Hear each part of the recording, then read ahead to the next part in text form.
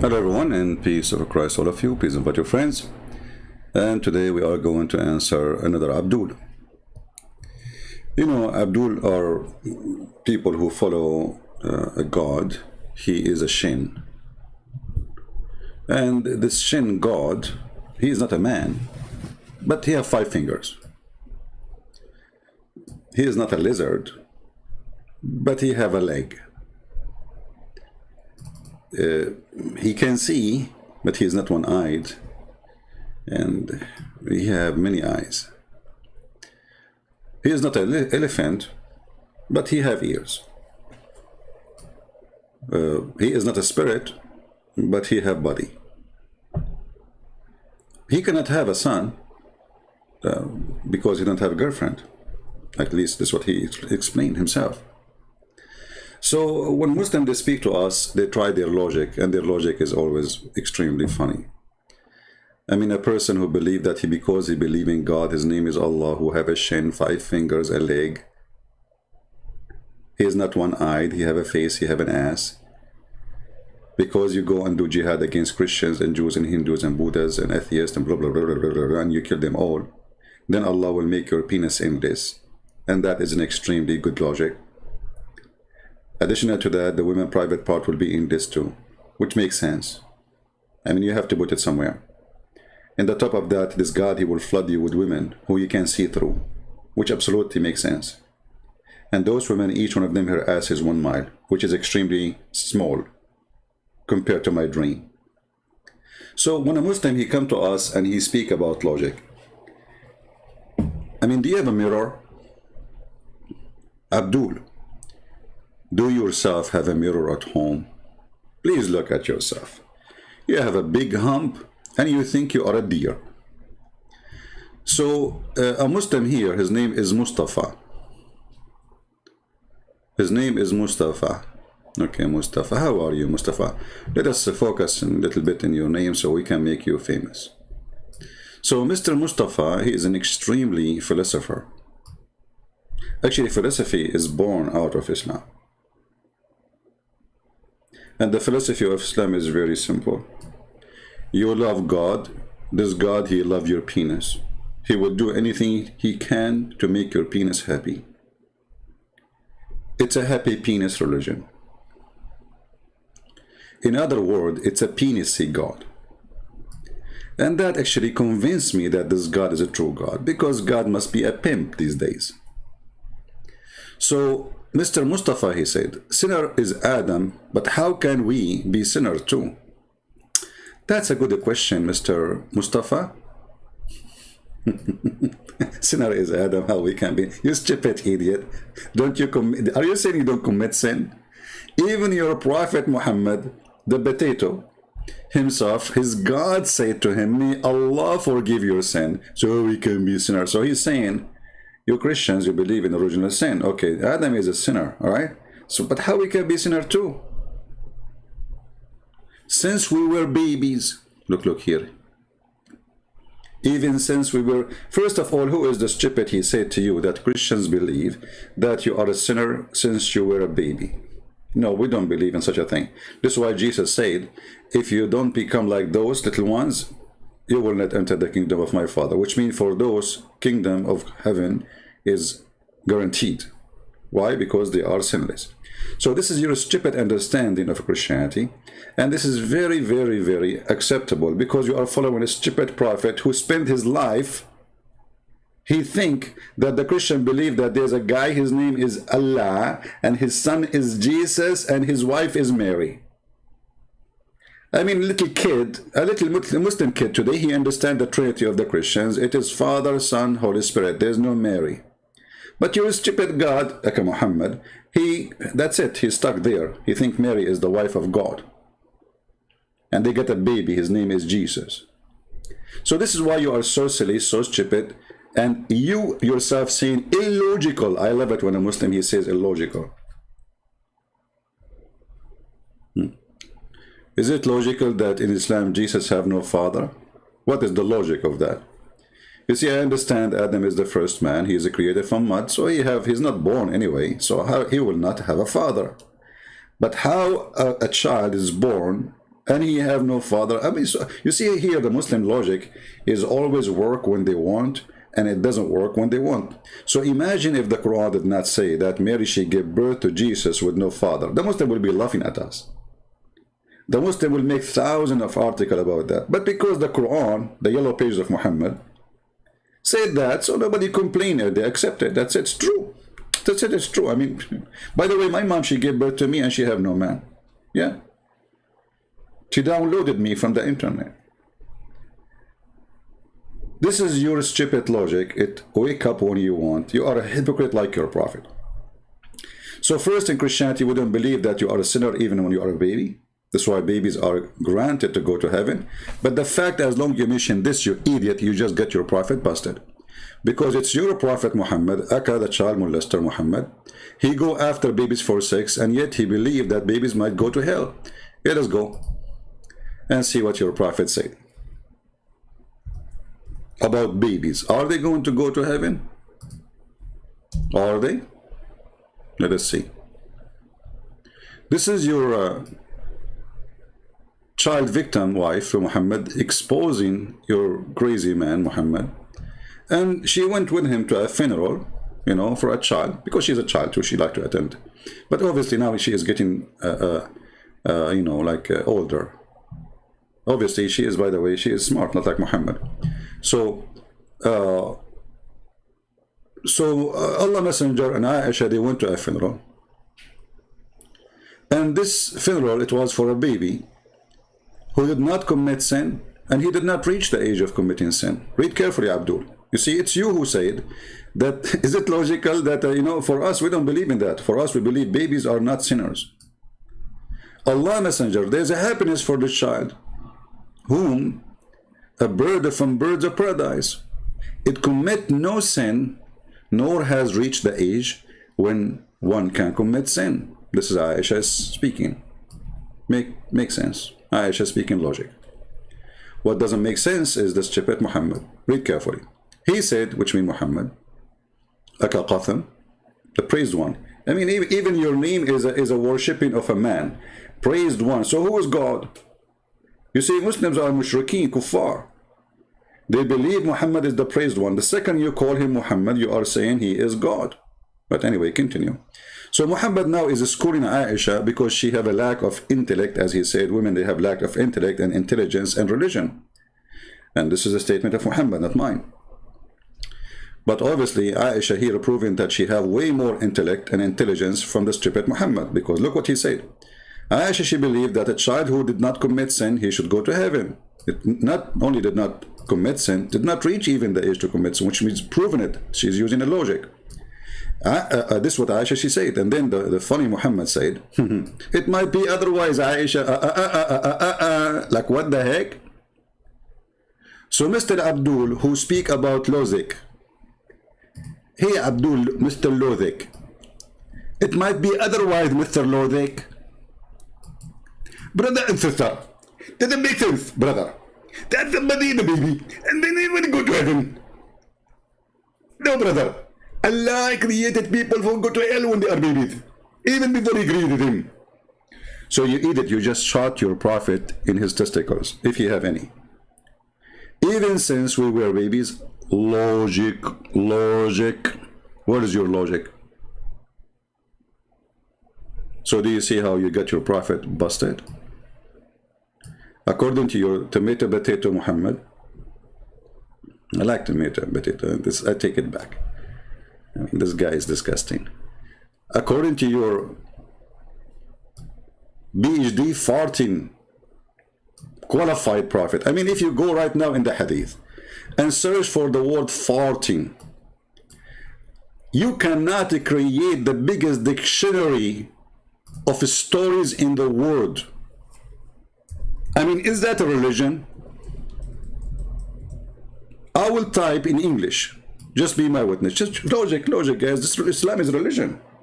Islam is religion, and they speak about logic. I will type the word fart in English, not in Arabic. Fart. May Allah fart on you. What is this? The Prophet said, the prayer of a person who does hadith passing, urine, stool, or wind. This is all is hadath. That's a lot of things. This guy was praying now, and all those things came out: poo-poo, and urine, stool, and wind. It doesn't anything left. What about you say lotus, shish kebab, hummus? I mean, all of this is coming out. Okay, and then the prayer is not accepted. Makes sense, because God, he received it with poo-poo. I mean, the poor guy was praying, he farted. Allah, that's it. Allah, he will not take it. Because this God, he's a vacuum machine. He suck your prayer with the farting. It's not acceptable, brother. What is this, man? I mean, you will take the prayer of the man. I mean, your God, he created him, and you gave him, and actually farting is a gift to a human being. Imagine your body cannot get rid of the gas you have inside you. You would die. It's not something negative. It's the opposite. When a human being he pee, or a human being he fart, that because he is healthy. If that is stopped, you die. Your kidney is dead. So your God got upset because of farting. Okay, continue. Another story. Another story. Another story. Another story. I mean, we can continue until like, but you know, the prophet and his logic always makes sense for Muslims.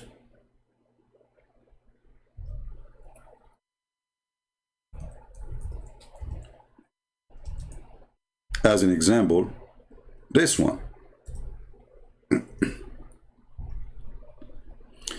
Excuse me if I, damage your night or your evening. It is Sunday, and you wake up, you go to Christian Prince channel, you know what he's talking about, farting. I mean, what do you expect? We're talking about Islam, my friend.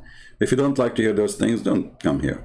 The prophet, in his logic, he made a connection which nobody connected, because he's a genius. He says there's a strong connection between the farting and methanol and the increase of global warming and shaitan. Look what Muhammad's the first one who discovered global warming, actually. You see, global warming is not really happening because of the cows, as some people say. The global warming happening because shaitan, he fart each time a Muslim, he say Allahu Akbar. ISIS doing jihad. They see the enemy, Allahu Akbar. I mean, they say Allah Akbar for anything. A guy beating his wife, he say Allahu Akbar. The wife, she is beating the husband, he say Allahu Akbar. A guy having sex with his wife, he say Allahu Akbar. He go to the bathroom, taking off his pants, he say Allahu Akbar. He see the enemy, they say Allahu Akbar. They run from the enemy, they say Allahu Akbar. They lose with Israel, they say Allahu Akbar. And this is the result of Allahu Akbar, shaitan fart. So after all this farting, which is extremely unpredictable, because it's fast. I mean, look, you say Allahu Akbar, shaitan, that's too, I mean, this guy is so, it's like a medicine for shaitan. Like you say to him, Allah, like it's like the opening, like it's the password. So when shaitan, he hear the call of a prayer, he turn back, look, hold on. Look at the shaitan, how rude he is. He don't just fart, he turn his back to Allah. And he break wind to the one who is saying Allahu Akbar. So like you are a Muslim, saying Allahu Akbar, shaitan, he don't just fart. He will turn his back to you. In your face, because you are bending down, right? You are praying. So now you are bending over, and then shaitan, he bend over in front of you, and like what the heck?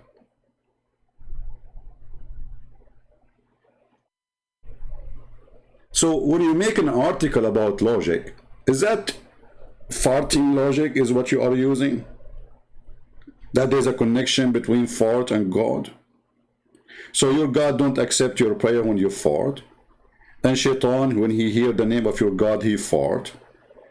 And you're a prophet, when he do poo-poo, the earth open and swallow his poo-poo because it smells so good and yummy. I mean, that's his extreme logic. We have to agree. This religion is made by a genius.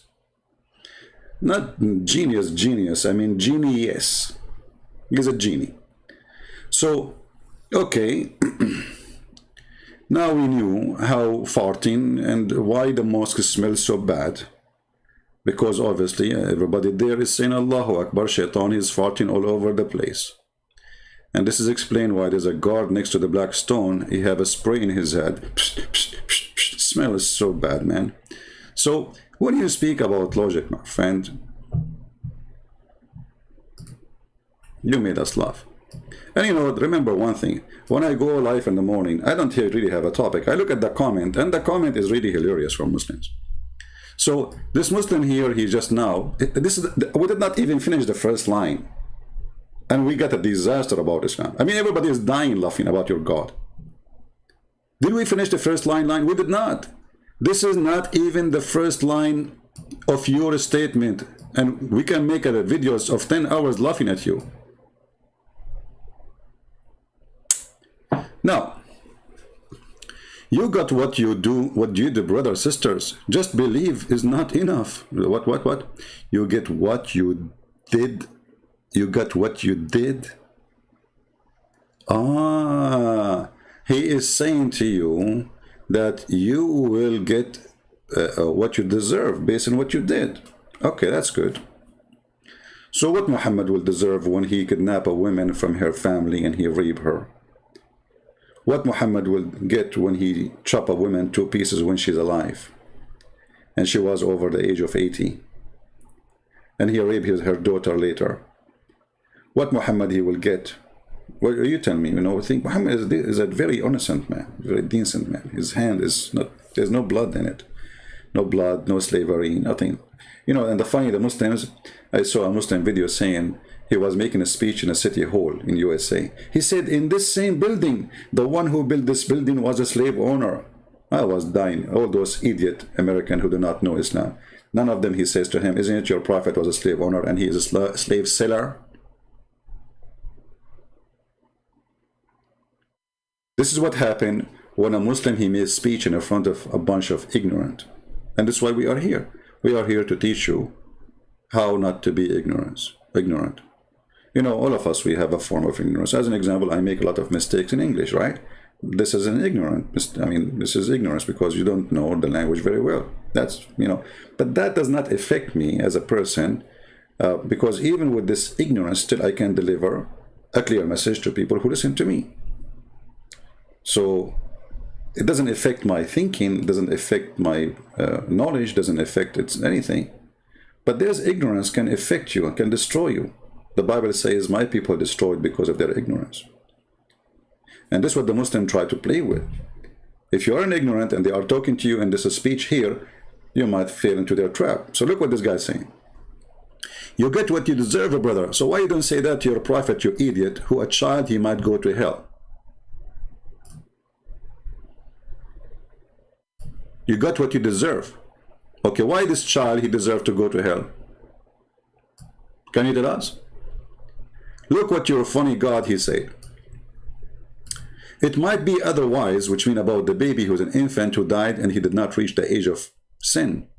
It might be otherwise, Aisha, because Allah created for paradise those who are fit for it. So the baby is a baby, and now he don't fit for the paradise, brother. But in your comment, you are saying the opposite. There's one of two choices. Either you are a certified donkey who carry books in the top of his back and you do not know what you have, or you are a certified liar who knows the books and you are lying about it. And you know, speaking about donkeys carrying books, don't be offended, please, because that was a verse in the Quran. The Quran says, and the Quran says that this is an Arabic book, but nothing there is Arabic. If you go in the Quran, you will see Muhammad speaking about Muhammad trying to be a wise man, saying the similarity of those who in charge with the law is the same as those who carry, the same as the donkey who carry the books in their back. You see it? But look, he's talking a person, Muslims claim that you do not know how to write, how to read. So as long as you do not know how to write, how to read, how you will know the law of Moses? Any Muslim can tell us?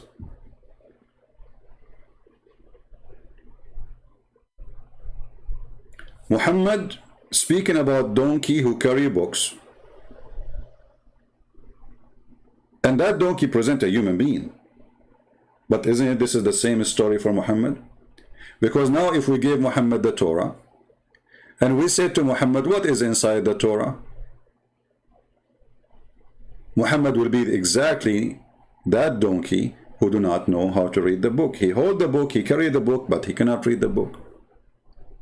So how you can complain about not able to understand and read, and you are the last one to do so? And here we ask ourselves, why does God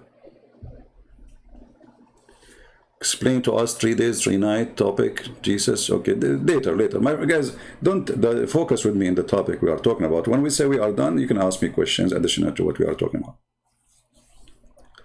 So here you see that Muhammad is giving us a great example of his stupidity. He's talking about those who carry books, who do not know the book, but do he know the book? The Quran says no.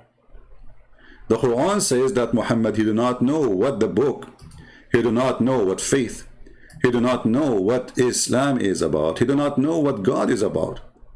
So if we go here, we will see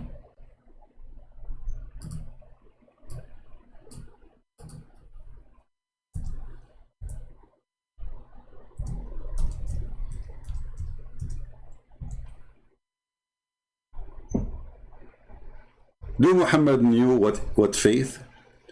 Do Muhammad knew what is religion? What is God? No, he don't. You know, he's a person who have no idea what he is believing in.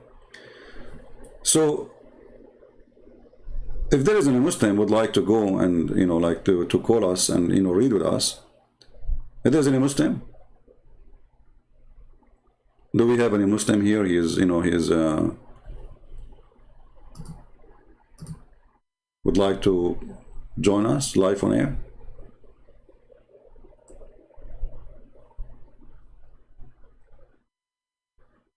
Huh? If there is any Muslim would like to join us live. When I say a Muslim, is somebody who believes in Islam. And that means you believe in Islam as religion, as a books, not your fantasy. I don't want somebody to give me his own fantasy. Do we have anyone?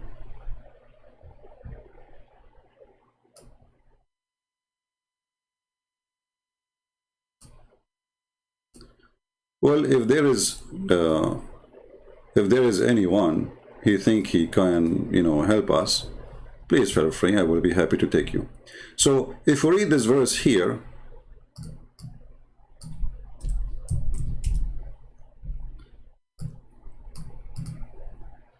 it says, and this is chapter 42,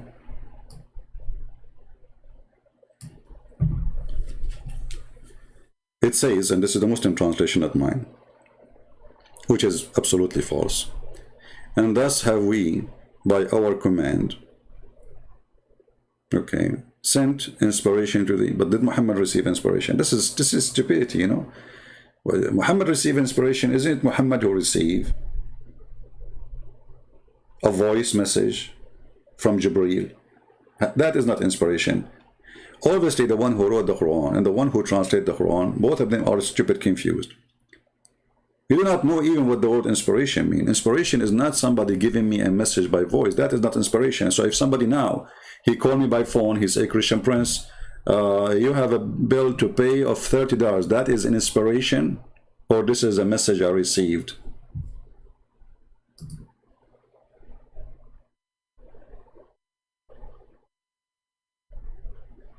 Here you notice how stupid Islam is. Jihad Yusuf, I blocked you.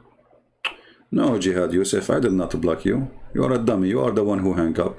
Why you lie, Jihad Yusuf? Let me call you. Hold on.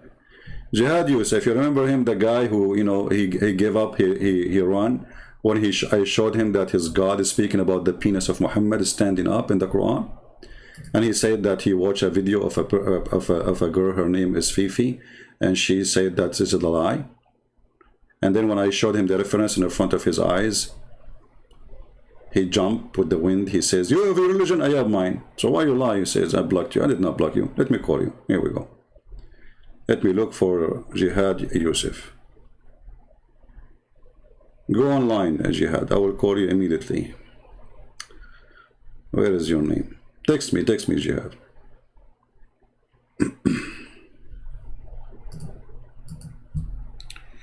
Let me see if I can search you.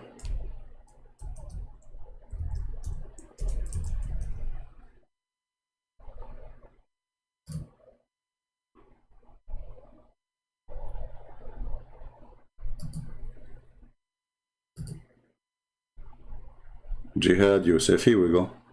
I found you. And you said I blocked you? Okay. Let us call Jihad Yusuf.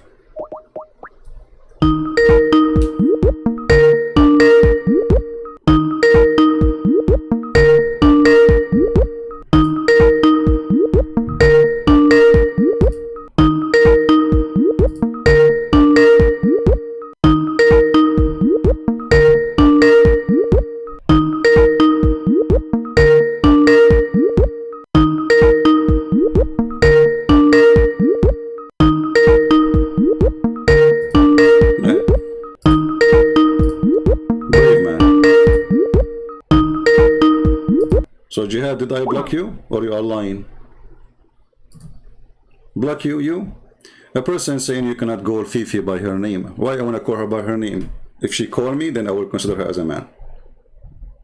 If a person don't dare to let me call and don't dare to speak to me, yet he or she claim that they can refute me, that is a she for me. I decide to change the gender of the person based on their behavior.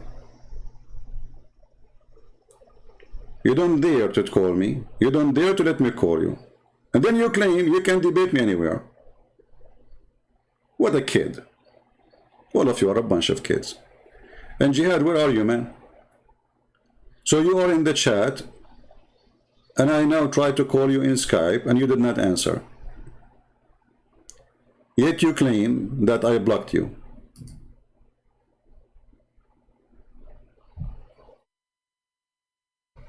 We have Muhammad Qasim. He sent me a message here. I don't know if he's live on air. Let's see.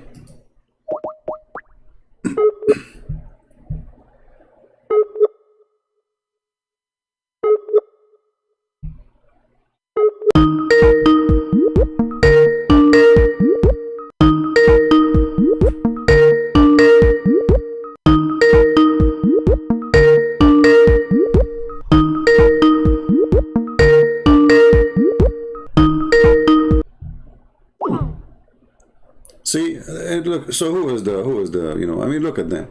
We go, like, we try to call them. They say they can refute us. They say they can answer us.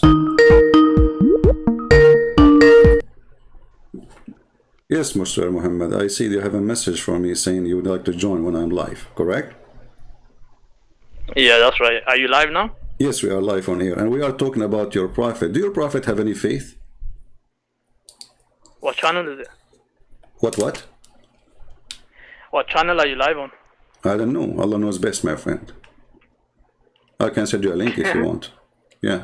You don't know my channel now. You call me every day. You join my chat every day, and now you are saying to me what channel. Come on. So I'm asking you now. Do Allah Prophet have faith? I'm a bit busy right now. I'll speak to you some other time. What, are you doing nikah? No nikah. Well, if you're doing nikah, then, you know. I don't know. I hear sound of, okay, so, okay, no problem. Take care. He's busy right now doing nikah. Do we have any Muslim who is not doing nikah?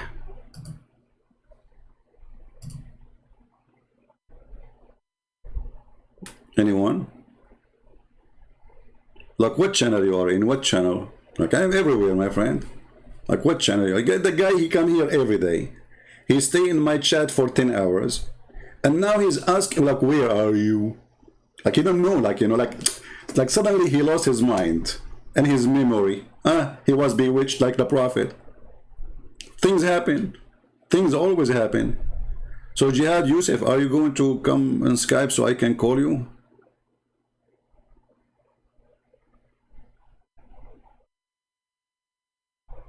What happened to you, man? Christopher, you will call? Okay, text me, Christopher. Text me, so I will see your text, my friend.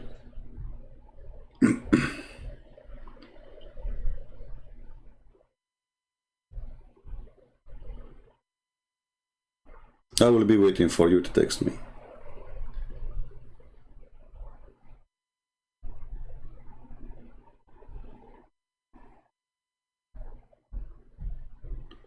All right. So if we ask the Muslims, do Muhammad have any faith? What is the religion of Muhammad? You see, we will go, the title there is about God, he sent himself, like, etc., you know. Just to make it simple about that title, because we don't want to forget what we came for. My friend, the message and the messenger present how important it is. So when God, he refused to come to Muhammad and he refused to speak to Muhammad according to your books, that means Muhammad is not important.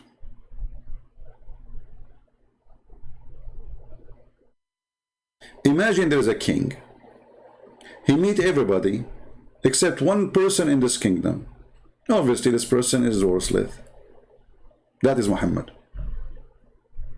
In your book it says that God, he came to Moses and he spoke to Moses, which is story from the Old Testament.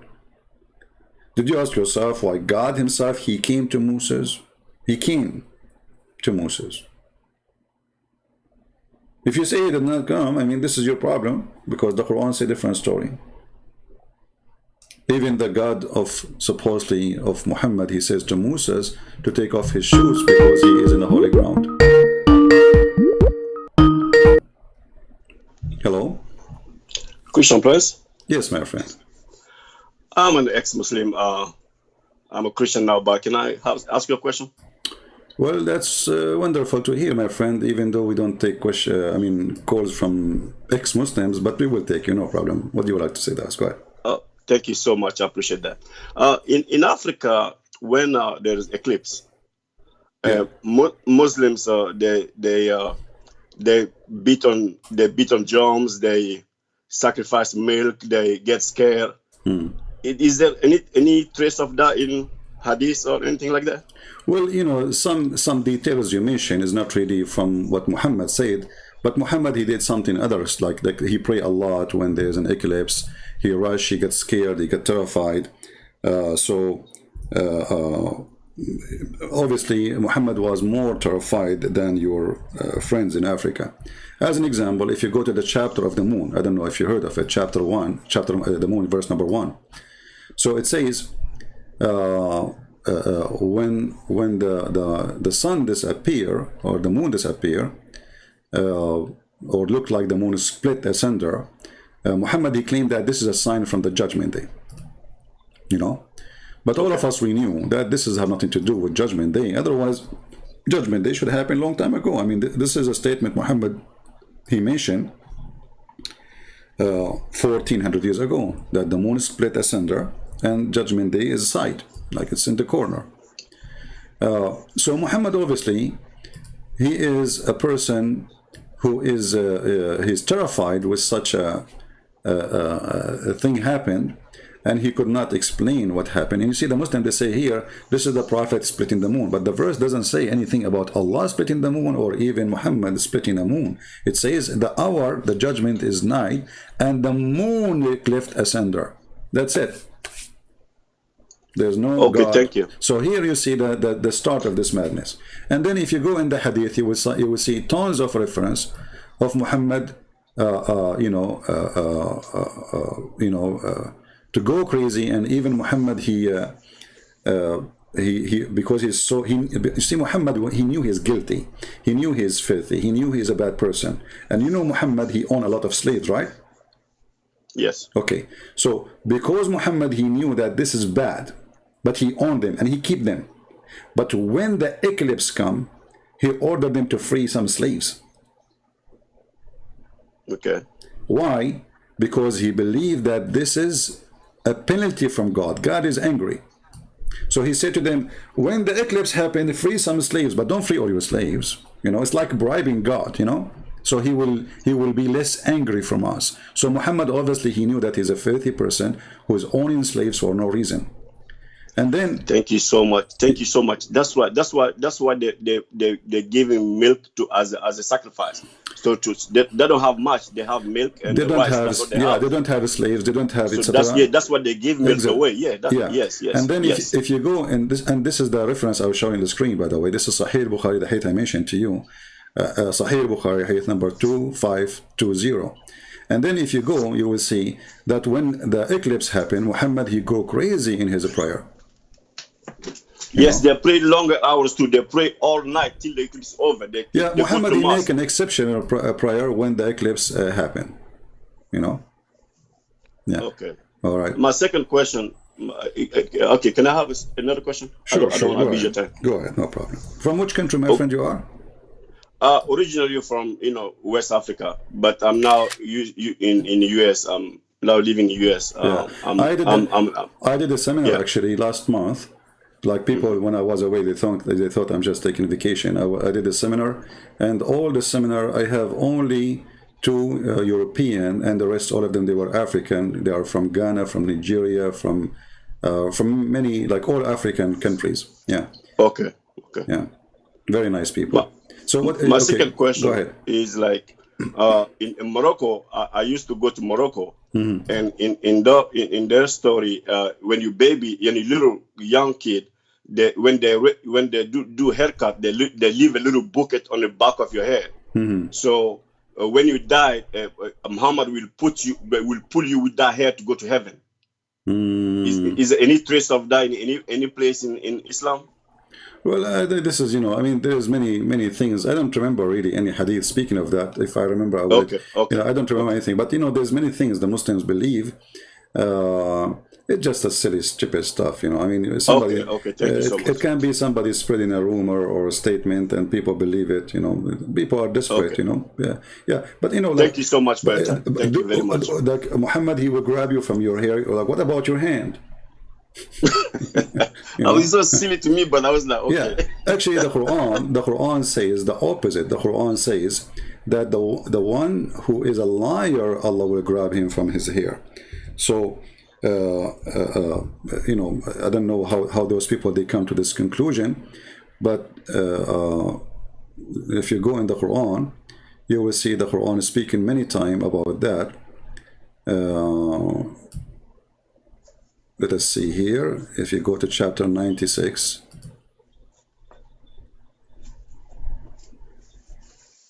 you can read some about it. So actually, the Muslim, they made a video about it, claiming that this says here about a person who is a liar, and Allah will grab him from his forehead. But the fact, and they say the forehead is the place where the line in the brain. But the fact, the verse is speaking about grabbing him from his hair. This is why in their translation it says his forelock. This is chapter 96, verse number 15. So, according to the Quran, is the opposite of what those Moroccans are practicing, because the God of Islam will grab the one from his hair if he is a liar, and he is not a good person in Islam. Not the opposite. Okay. Yeah. Okay. All right. Take care, my friend. Thank you so much. Have a good day. You're welcome. The funny is, I saw Muhammad Ishmael when I was talking. He said to me, "Not true." Hey, Muhammad Ishmael, why you don't call me and tell me what is not true? How many slaves your prophet he have, Mr. Not true? That's not true. Why you don't make a song? It's called Not True, Not True. Christian Prince, Not True. Okay, but what is not true? I challenge you, Muhammad Ishmael, to be a truthful person and to give me a call. As you see, it's for free. It costs you nothing. Do you like to call me? Well, we have the Sheik is texting me. Let us, we have a Sheik. Hold on.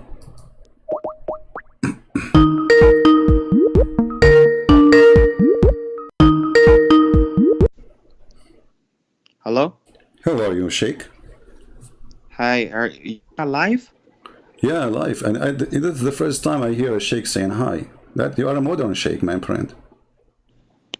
Yeah, I was checking through the YouTube, but I didn't see your live video. I am invisible today, you know. Because I'm trying to go on YouTube, you know, to Really? see, but I don't know. I don't know. Maybe YouTube hide my channel. I don't know. But there's almost 1,000 people. They joined already. So I don't know why you cannot find me. so what is the video called? It's called God Sent Himself to Be His Son. Okay, 1 second. I just want to get the video, you know, in case you were going to post something. Yeah. Maybe you recently started. No. I mean, recently, yeah. I mean, not a long time ago. But it should be there if you are a on a subscriber. Christian Prince Live. Because usually when your videos start, it says premiering now. All right, no problem. So, my friend, we were asking about something about Muhammad. Do Muhammad have faith? Does Muhammad have what? Faith. Do he believe in anything? Well, he's a Muslim. He believes in Allah. Do he believe really in Allah? Well, of course, I mean, according to my studies, yes. I'm really surprised. So how the Quran says in chapter 42, verse number 52, that he do not know what revelation is and he do not know what faith is. How that happened? Are you sure it says that? Yeah, I'm sure. Let me call a friend before I can show you that. Okay, I called a friend and he confirmed that. Well, I mean, you read it, but the problem is you never read it with understanding. Okay, you read it for us with understanding. That's why you are here, my friend. Quran chapter, which verse and what chapter? Chapter 42, verse number 52. 42, verse 52. Okay. All right, thank you.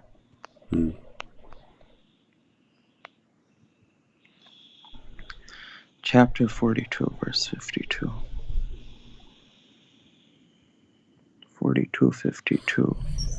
You're talking it's like about a music, my friend. Honestly, it's like a music. 42:52. Unbelievable. I love this chapter. 42:52. Muhammad getting busted. Unbelievable. Okay, read with me.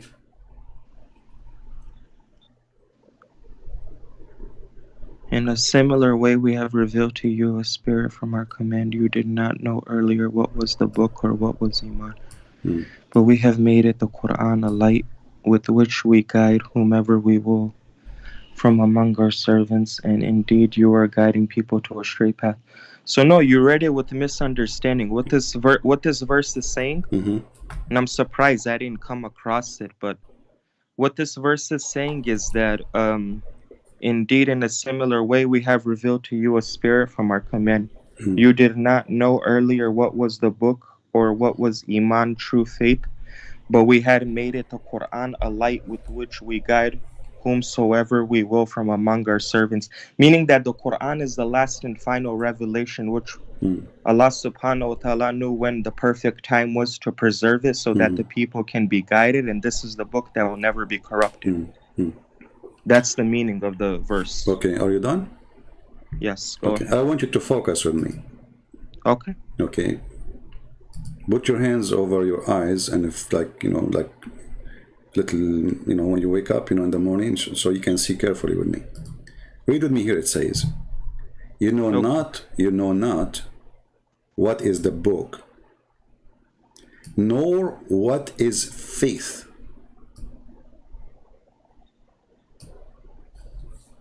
What is that? Continue. Okay, you can continue, no problem. Continue reading. I'm listening. You did read the whole verse. I'm not going to repeat the whole verse twice, 3 times, 5. There's no point. My point is here. You have to. No problem. You read it. Okay, continue. Okay, continue. You read it. Okay. You have to. So what? I mean, okay, we have the Quran light, but what it says, you do not know what book, and you do not know what faith is. Hold on. Just listen.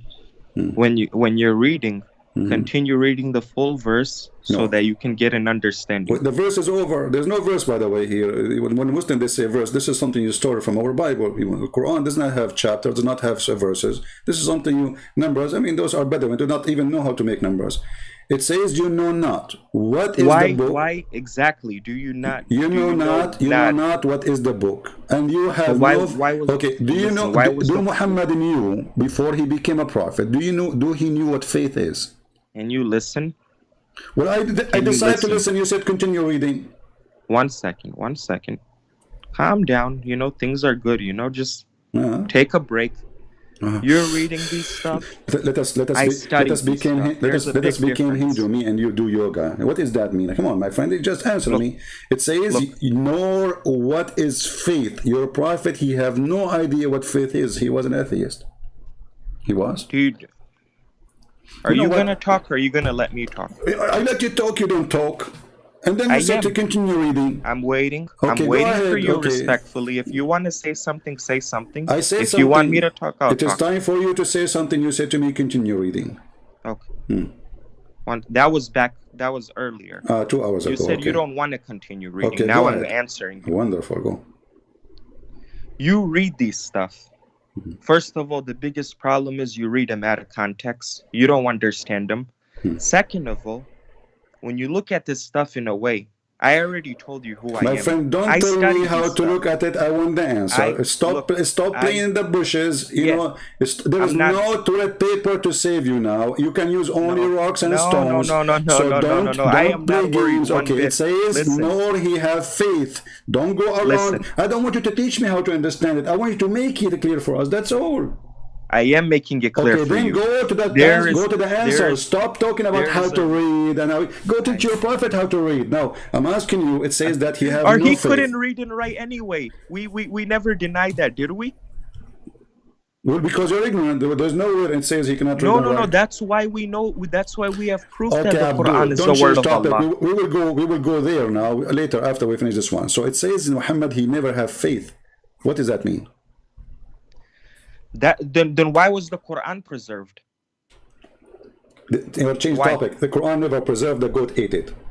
Why? No, the weak Hassan hadith is showing. How it's weak? You stupid! You just said Hassan. Hassan mean good. How it is weak and Hassan? It's not backed up by chains of narration. Just stop playing games. Anyway, listen. I want you now to tell us. You see, you are going all over the place. You are like a chicken who's trying to say that she have an egg, but there's no eggs. You cannot lay eggs because you are a rooster. You forgot yourself. So look how confused you are. You are confused about your gender. You are a chicken who think it's a rooster, and this rooster can claim to have eggs, and yet he have no eggs. But I'm asking you now. It says, "Nor what is faith." Stop playing a game. I asked you the question 15 minutes ago, and until now you are going in circle. So why Muhammad don't have any faith and he's 40 years old? What was his religion then? He does have faith. I'm explaining to you once. All you have to do is be quiet. That's all. That's all. Okay, go ahead. Okay, I'm explaining to you once. He does have faith. When you read these verses, you have to read them with understanding. Okay. This is the biggest problem with you. Go ahead. Stop being stupid. Here we go. He's talking about my problem now. Forget my problem, my friend. Now give me solve the problem. Forget about my problem. Each time I give you the microphone to answer, you says you don't understand. This is your problem. This is we got it. We got it. It's you who's a genius. It says here, nor what is faith. Muhammad, he did not even know what faith is. And you say he have. So are you saying the Quran is stupid? No, the Quran is correct. You're not continuously reading the doesn't verse. matter. It says he have no faith. The word is so clear. Nor what is faith. Continue reading. That's all you have to do. Okay, shall I hang up on you because you will not answer me? I am answering you. Don't run You are away not and then answering. post a video So saying I ran away. why you are skipping an important sentence and you say continue reading, because the word the reading after have nothing to do with this. It's like except it says now we gave you a book. Now we gave you a book. Now you will have a faith. Now, this is what it's saying. But before that point, Muhammad, he have no book. He have no faith. Do you agree? That's talking about the preservation of the Quran. What Quran preservation? You have he no did not give him Quran yet. This is before Quran. He says, you know not what is the book. No, meaning to the ummah, all the people that are in the world, there hasn't been a book that has yet come. Idiot. This is what happens when you try to squeeze an empty mayonnaise bar. There's no mayonnaise. Even farting, there's nothing there. You squeeze him until tomorrow, nothing will come out. This is about what is reservation of the Quran, you idiot? And continue reading. What this guy is talking about? I mean, look how simple the verse. Even this one, they want to make it something else. And the funny, you claim that you are a sheikh and you never passed by this verse before. You are a skipper, aren't you? You like to skip things. Hey, Sheikh Jihad, how are you? Hello. Hey, hello, Sheikh Jihad, how are you?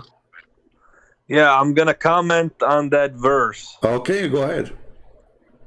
So you knew not what is the book, nor what is faith. Simply put, my friend, this is referring to before Muhammad sallallahu alaihi wasallam was a prophet. So before he got any revelations, he doesn't know anything. Okay, wonderful. Until he got the knowledge. See, this is an answer of a person who is being honest. That guy who was playing games. Thank you, Jihad. So guys, he don't know anything. He have no faith. So what was the faith for 40 years of Muhammad? Why is that something that you think you want to get busted? Because before Moses he got revelation, what does he know? He doesn't know anything. No, Moses. Before Jesus, he got revelation. What does he know? No. You see, first of all, Jesus did not get revelation. Secondly, the prophet of God. You know, don't you Muslim, you claim that even Adam was a prophet? Don't you Muslim? Adam was a prophet. Yeah. Don't you Muslim claim that Abraham he was a prophet? And a couple of things. I want to bring some Bible. Hold on. So now you don't say. You never let me bring no Bible. No. So when you say Moses don't have anything, this is a lie. You know. Because if you don't have anything, there's no Adam and there's no Abraham and there's no people before him. But those people, they knew about God before them. So you did lie about this one. Okay, Secondly, no. What about Abraham? Abraham, wonderful, Abraham. You Muslim, you lie. You say Muhammad was Abrahamic before he became a prophet. Correct? Well, that's a debatable issue. Some people say yes, some people say no. Which people you are? Huh? Which one you are? The one who say yes, the one who say no? Muhammad was Abrahamic or he was not? Which one is you? Well, I know he was from Quraysh, and I know what the Quraysh believed in. Yeah, I know that. I know that Trump, he lived in Florida. I know. What does have to do with my question? I'm asking you, was he Abrahamic or not? I personally do not think he was Abrahamic, and there are many people who agree. So what he was? So what he was? Well, he was with my friend. Let me tell you, he believed in what the local community believed in. Okay, they believe in statues and idols, idol worshipper, Hubal and Ahad. But he didn't know. He didn't know. What do you mean? You just said to me. He believed in what the community believe, and the community believe in idols, correct?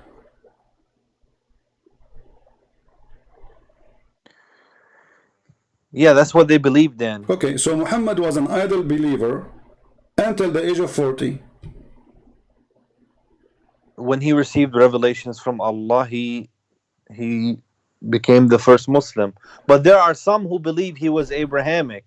Okay. He worshipped one God. So they are wrong or they are right? This is the question, because here it says, nor what is faith. So if you say he's Abrahamic, that means the Quran lie.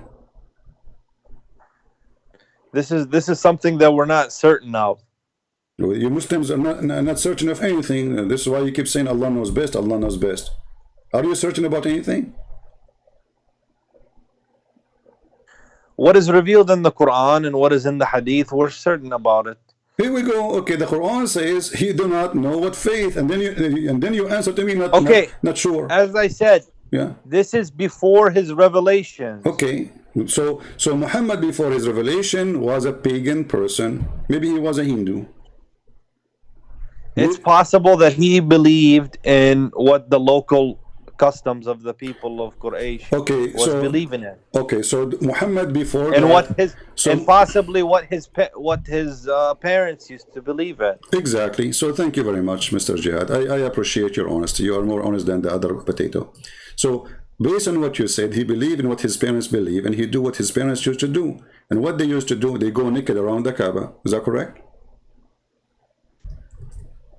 Well, they go around the Kaaba, but they never went naked. Who said that? I never heard about that. Okay. Okay. Don't start making things up. I like to make things up. Here we go. This is a weak hadith. I want you to read it. And it says, Hisham narrated in the authority of his father that Arabs, with exception of Hams, whatever, blah, blah, blah, Quraysh, they used But I want to make a statement. Hold on. Whatever the Prophet believed in before his revelation. Hold on. You just said he did exactly what his parents used to do. And here it says, yeah, but just because if he did that, it doesn't mean anything. A second ago you said I'm making things up, and now it's not making up. And this is, by the way, I said to you, this is a weak hadith. So do you have a comment about weak hadith? It's a weak hadith. Let me see the grade. It says this guy, he have like a D, you know, the one who wrote the hadith. He's not good in grammar, you know. He can make mistakes. I cannot accept Hassan. You don't accept Hassan. Well, this is Sahih, my friend. It's not weak. Here we go. I'm just joking with you. Sahih Muslim, hadith number 1219b. You see the B here? Like this is big busting, you know, like busted, you know. It says, remember the hadith, 1219 busted. Okay, so it says here that the Arab, and you said to me that the Prophet used to do the same as the Arab, as his parents. They used to go, exactly. This is before Muhammad, 40 years of his life. You are the one who agree with it. 40 years of Muhammad's life was in the time of a Jahiliyyah, which means the period of ignorance. So Muhammad was ignorant like the rest of them, right? And what he do? He take off his panty, he go around the Kaaba, you know, like, you know, do you see them in the movie? But why? But I just don't understand. Okay, so even if that's true, how are you getting us busted with that? Because he didn't have the knowledge yet. So Allah, he waited 40 how you want to say that we're busted by that? He waited 40 years of the life of Muhammad to decide that it is time for them to stop taking off their panty around the Kaaba. Isn't he offended all this time, all this year, even before Muhammad's birth? So if this is the house of God, why Allah did not send anybody? My friend, you cannot question Allah. Allah does as He will. Okay, Allah does as He will. But shouldn't He not let Muhammad take off his pants and go naked around the Kaaba too? Well, we don't have any evidence that the Prophet ﷺ did that. What do you mean? You are the one who just told me he used to do as his parents. A second ago you forgot. It says their descendants circumambulated the house naked. But there's no narration to say that the Prophet himself did this. It doesn't matter. Okay. I will use the narration of Mr. Jihad. Sheikh Jihad called me. He said the Prophet used to do as the community. Correct? CP, just speak about things that you are certain about. I did. Just speak about things you have a clear evidence about. I have a clear Don't evidence. Don't give me anecdotal evidence about things. I have a clear evidence in front of me that this was a nude party, Kaaba religion, sex religion, and those people. What I see here is that the people of Quraysh used to do it. Some of the people used to practice. Question. Okay, I'm with you there. Why they do that? What kind of religion? That religion required people go naked around it or around the house. What is going on there? My friend, there was so many pagans in so many parts of the Middle East. You know this. Okay, that's what people they practiced until the Prophet did come to them. Either Abraham or Moses, but nothing or changed. Jesus. Nothing changed. Muhammad, he came still. Or Muhammad. Okay, listen. Aren't you Muslims still naked around the Kaaba? You don't wear anything. You put a sheet around you. You show your half of your body. You wear no underwear, and you are just trying to be like the Hindus. If we go right now and search for Hindu clothing or Hindu priest, we will see that you are wearing exactly as the Hindu priest. This is Hajj. This is Hajj. Exactly. So you are copying the Hajj. You are copying the Hajj of the Hindu and you have no religion. Muhammad is just copying other religion. The community, you know, if you look at the map, you will see India is just in across the sea from Saudi Arabia, very short distance. You know, a few hours by little boat you can get from Pakistan, which is part of India all this time. You know, and you will be in Saudi Arabia. This is why those people are Indian. They are not really. There's nothing that's called Arab. So those Indian who came to this land, Arab. Al-Arab, they are Indian. No, Al-Arab are not Indian. So what they are? They're not Indian. So what they are? They are the Arab. They are the descendants of the desert. So how you explain? The Jazair al-Arabiya, the Saudi Arabian Peninsula. How you explain they look the same exactly like people of Pakistan and India? Who look like Pakistan and India? Those Arab. No. The Arab do not look like Pakistan and India. They don't. No. Okay. Well, anyone goes. Here we go. This is the prince of Qatar, as an example. Isn't he a Pakistani boy? My friend, do not put Arabs with Pakistanis and Indians, okay? It's not the same. It is the same. You can tell. I mean, they are Pakistani. You know, they are here, their look, their face. With their my skin. respect to the Pakistanis. Okay, with my respect to the Pakistanis. Okay, forget about the Pakistani and Pakistani. Now I'm asking you, why when you go to Hajj you cannot wear a clothing? You wear a sheet showing half of your body. If you are not copying the Hindus, you are copying who? Allahu A'lam, يعني. This is... Allah knows best again. Here we go. This is, you know, a cultural practice. So it is not from God? This is just a community? This is what the Prophet said we should do. So we're going to follow with the Prophet. Okay, so the Prophet, he told That's you... all I can say. The Prophet, the Prophet said this. The Prophet, he told you to go naked around the kabah wearing no underwear, no pant, no panty for the women, and the guy... We don't do the nude. We don't do the nude anymore. What do you mean you don't do the nude anymore? This is nude. What is this? Are you wearing anything? We wear something now. You wear it's white. You wear something. What you wear? You wear a sheet like the Hindus.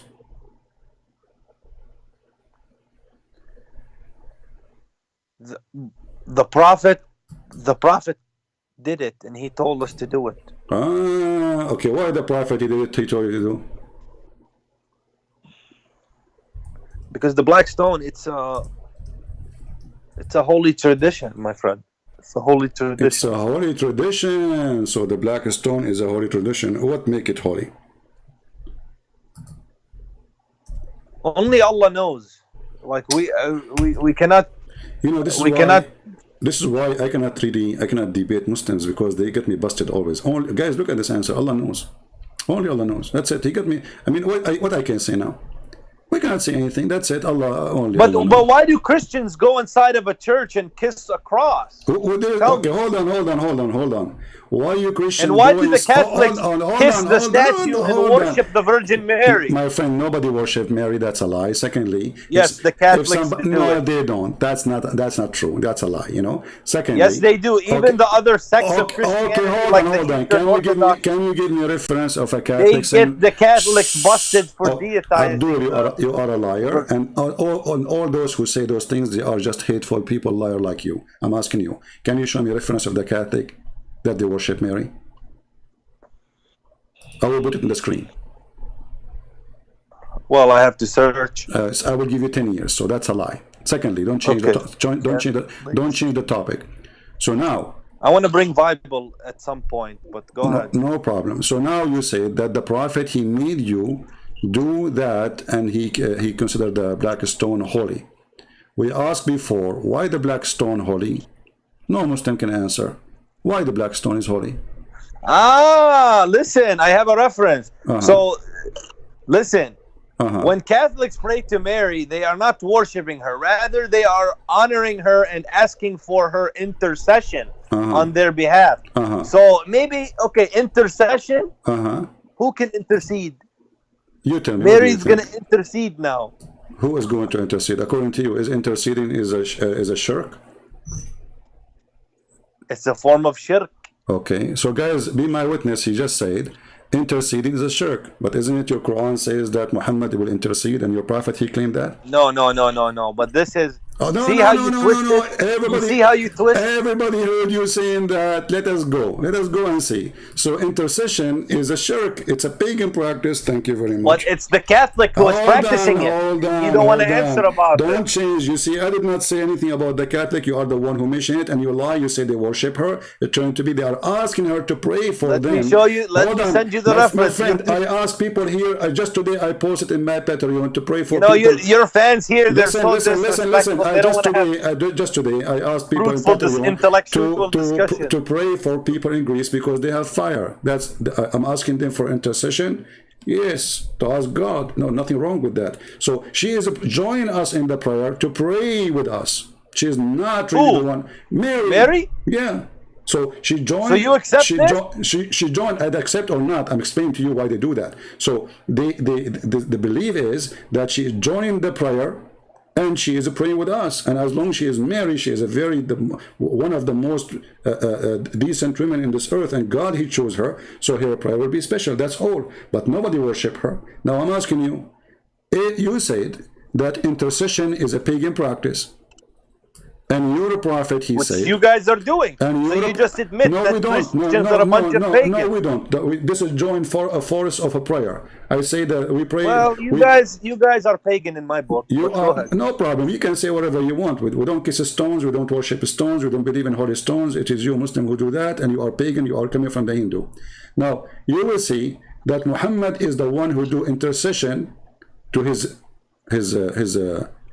nation in the day of judgment, and you are the one who said in the day of judgment. No problem. It's different. No, doesn't matter. You said intercession. No, he's asking you now to pray. Muhammad, he asked you now to pray for those who pray for him. Now he is going to intercede. We worship Allah alone. Okay, Allah. Okay. When you pray, alone. when you pray, your prayer go to who? We worship Allah. That's another question. When you pray, your prayer go to who?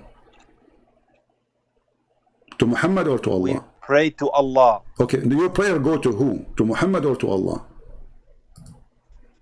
We pray to Allah. Okay, but your prayer goes to where? It goes to Allah. What if I show you it goes to Muhammad? What you will do? Hello? Here we go. This is your prophet claiming that the prayer of all Muslims goes to him. To Allah. Your prayer goes to Muhammad. Read it carefully. Read it.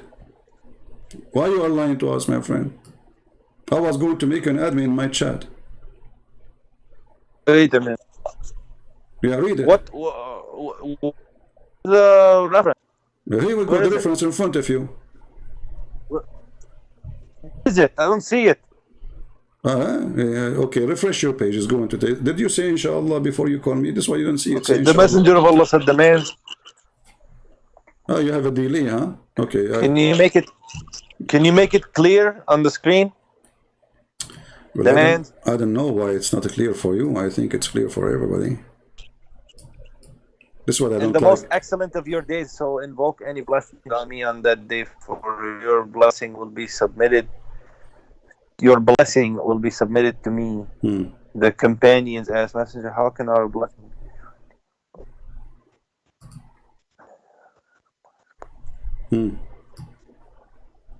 So where your prayer goes, and it's not a blessing, by the way, this is false translation. It says, تُعْرَضُ عَلَيَّ صَلَاتَكُمْ. Salah is not a blessing. What? It says here, فَأَكْثِرُوا عَلَيَّ مِنَ الصَّلَاةِ فَإِنَّ صَلَاتَكُمْ We give blessing. مَعْرُوضَ. I mean, we. So he is saying, make your salah for me, and then your salah will be brought to me. Does it say that?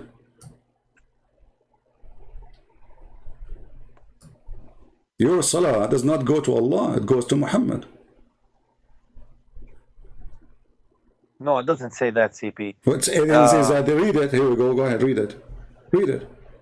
Get me busted right now. Don't do it tomorrow. As long as it doesn't say that, CP. Read it and get me busted. Go ahead. I'm listening. I say it does say that. You said it doesn't. Yeah, prove it. Go ahead. We honor the Prophet by sending our blessing to him. First But of it's all, just- it doesn't say the word blessing. In Arabic, it says salat. The word salat But is not we a blessing. do it for Ibrahim too. Hold on. We do it for Ibrahim too. No, hold on. Here, the topic was, your prayer goes to who? To Allah or to Muhammad? You said to Allah. You forgot? But does this hadith go against the Quran? This Do you not, find this, this in the Quran? This is not my business, my friend. The Quran is a messed up book. Everything is the Quran is against itself. But this is not the topic now. Your prayer is not a blessing. They lie in the translation. Your prayer on Muhammad goes to Muhammad, not to Allah. My friend, we send blessings to the Prophet. You understand me? You know Arabic, and there's nowhere here it says the word blessing. This is number one. Can you show me the word blessing? If you can show me the word blessing in Arabic, I will shave my 25-foot beard. The word blessing is barakah.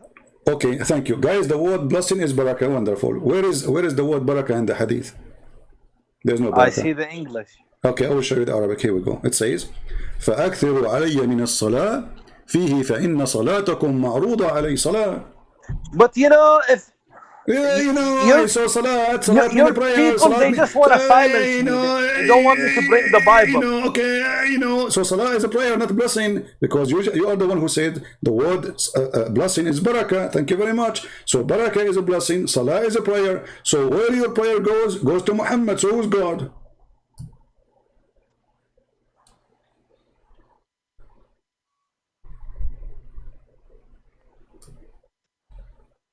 على من صلاة فيه صلاتهم. I like your Arabic, my friend. صلاتكم.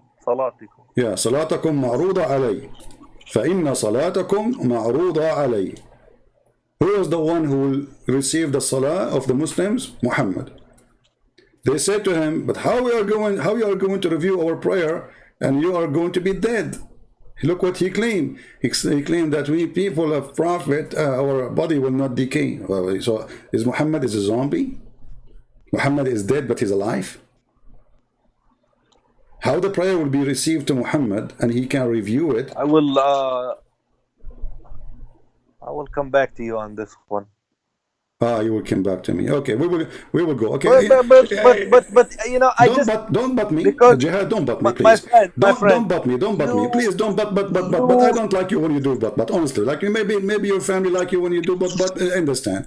But for me, I don't like that. Let us go back to the topic. You mentioned because clearly you're prepared. But don't butt me. So now listen. Now what we got from you that I Muhammad cannot take the interpretation of CP. Don't take my interpretation. That's the problem. I'm not giving you my interpretation. I'm using your interpretation. It's you who said that Muhammad, before the age of 40, before you start butting around, he was a pagan. It's you who said that. That's not an interpretation. So your interpretation, Mr. Jihad, that Muhammad, before the age of 40, he was butting around. He did not know what faith. He have no revelation. And this will destroy all the lies Muhammadan. They say to us that Muhammad was Abrahamic. Because if he was Abrahamic, well, he knew the book. If he was Abrahamic, he have faith. But the Quran says he don't even know what faith is. Your prophet is not even a communist, my friend. Okay, that's a different issue than what you are just discussing. No, okay. this is not. This is the important issue. You know, the other things, they come like a cement between the bricks. Thank you very much. So, Jihad, as long we agree, me and you, that Muhammad used to worship as the community used to worship before he became a prophet, which means for 40 years. We agree, both of us, right? Yeah, the same as Abraham. Okay. Or no, not the same as Abraham. Not the same as Abraham. According to your Muslim stories, Abraham, he became a believer when he was a kid. Don't go there. My friend, all the prophets had the same message. Don't change the topic. Don't change the topic. So, so Muhammad was a mushrik for 40 years, and you agree with that.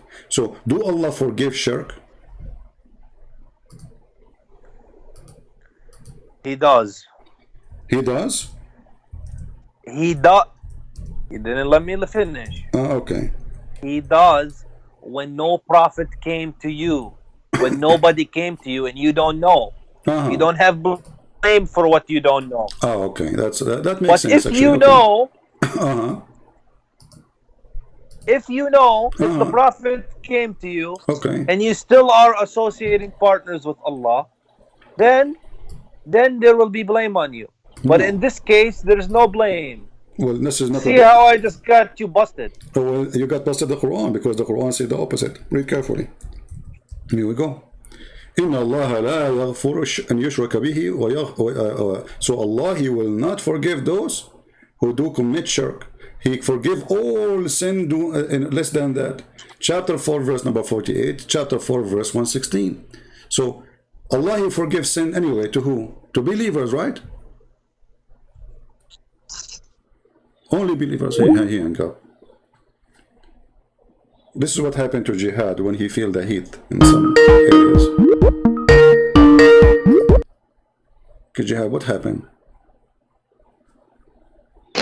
Hello? Hello, can you hear me better? I hear you. So in the Quran, chapter 4, verse 40. It's cutting out a lot. It's all right. You know, I will. You know, Allah knows best why the internet is not working. You know. Yeah. Hold on. Okay, I'm holding.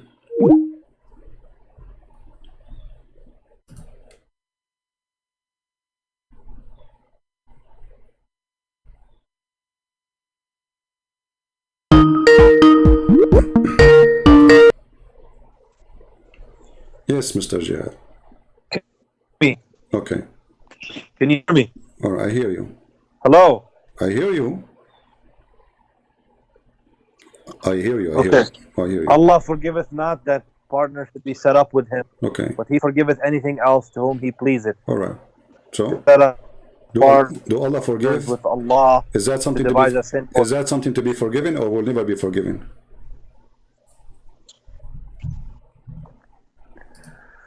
But yes, this is peace. You have a peace here, but this is referring to if the Prophet has come to you.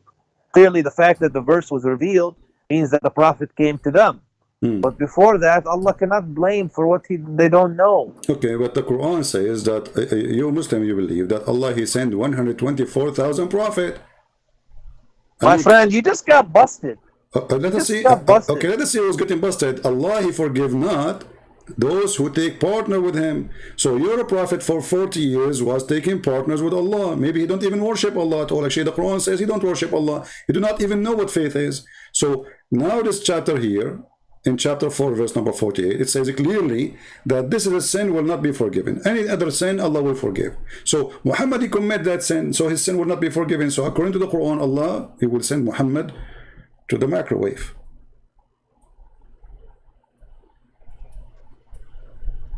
Okay, so you're saying this, I'm saying that. I'm not saying this and that. I'm not saying this and that. I'm saying the Quran, what the Quran is saying. The Quran is saying clear words. Allah forgive not anyone. He will not. If that's But you do not know. You are putting your own meanings. The seed. What meaning? Okay, do I need to put my own meaning? I mean, the verse is so clear. Even this one, I'm putting my own meaning. Allah forgive not that who take a partner with Him. That's it. He will not forgive that. He will never forgive it. He forgive all other sin. But this one, no. Very simple.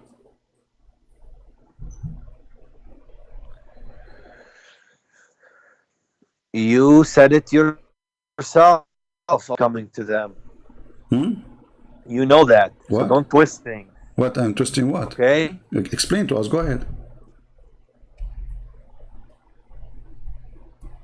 You are aware that no prophet, if no prophet came to them, there's no blame. Okay, you were mentioning this the other day did any prophet with his parents. Okay, did any prophet came to Mecca before Muhammad? No. I thought Abraham. Well, Ibrahim came. Thank you, guys. Here we go. He just said Ibrahim came, but okay, hold on. In his time. Hold on. No, it doesn't matter. So there is a person who Not came to this in his nation. time. Okay, okay. Don't you Muslim you claim that Muhammad is from Ishmael?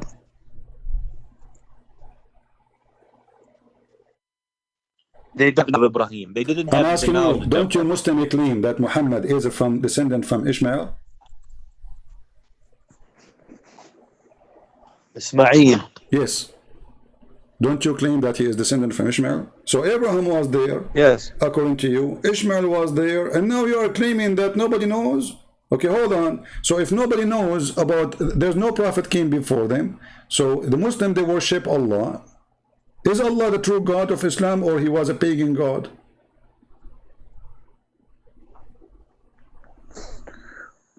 Allah is the God of Adam. Okay, so here we go. So the Arab, obviously, they Allah. are, okay, hold on. So the Arab, they are worshiping, according to you, the God of Abraham. So how you say nobody came to them, and yet they are worshiping Allah, and beside him they worship pagan gods? So obviously they have received a message from who? You will say to me, from Abraham, No, from they did Ishmael. not. Even your Muslim They claim, did not put. even your Muslim claim that Adam is the one who came first to the Kaaba, correct?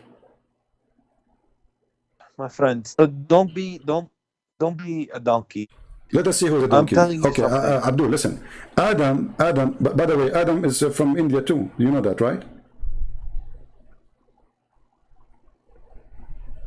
Adam is not from India. Oh, so you are saying your prophet he lie and your Muslim books lie?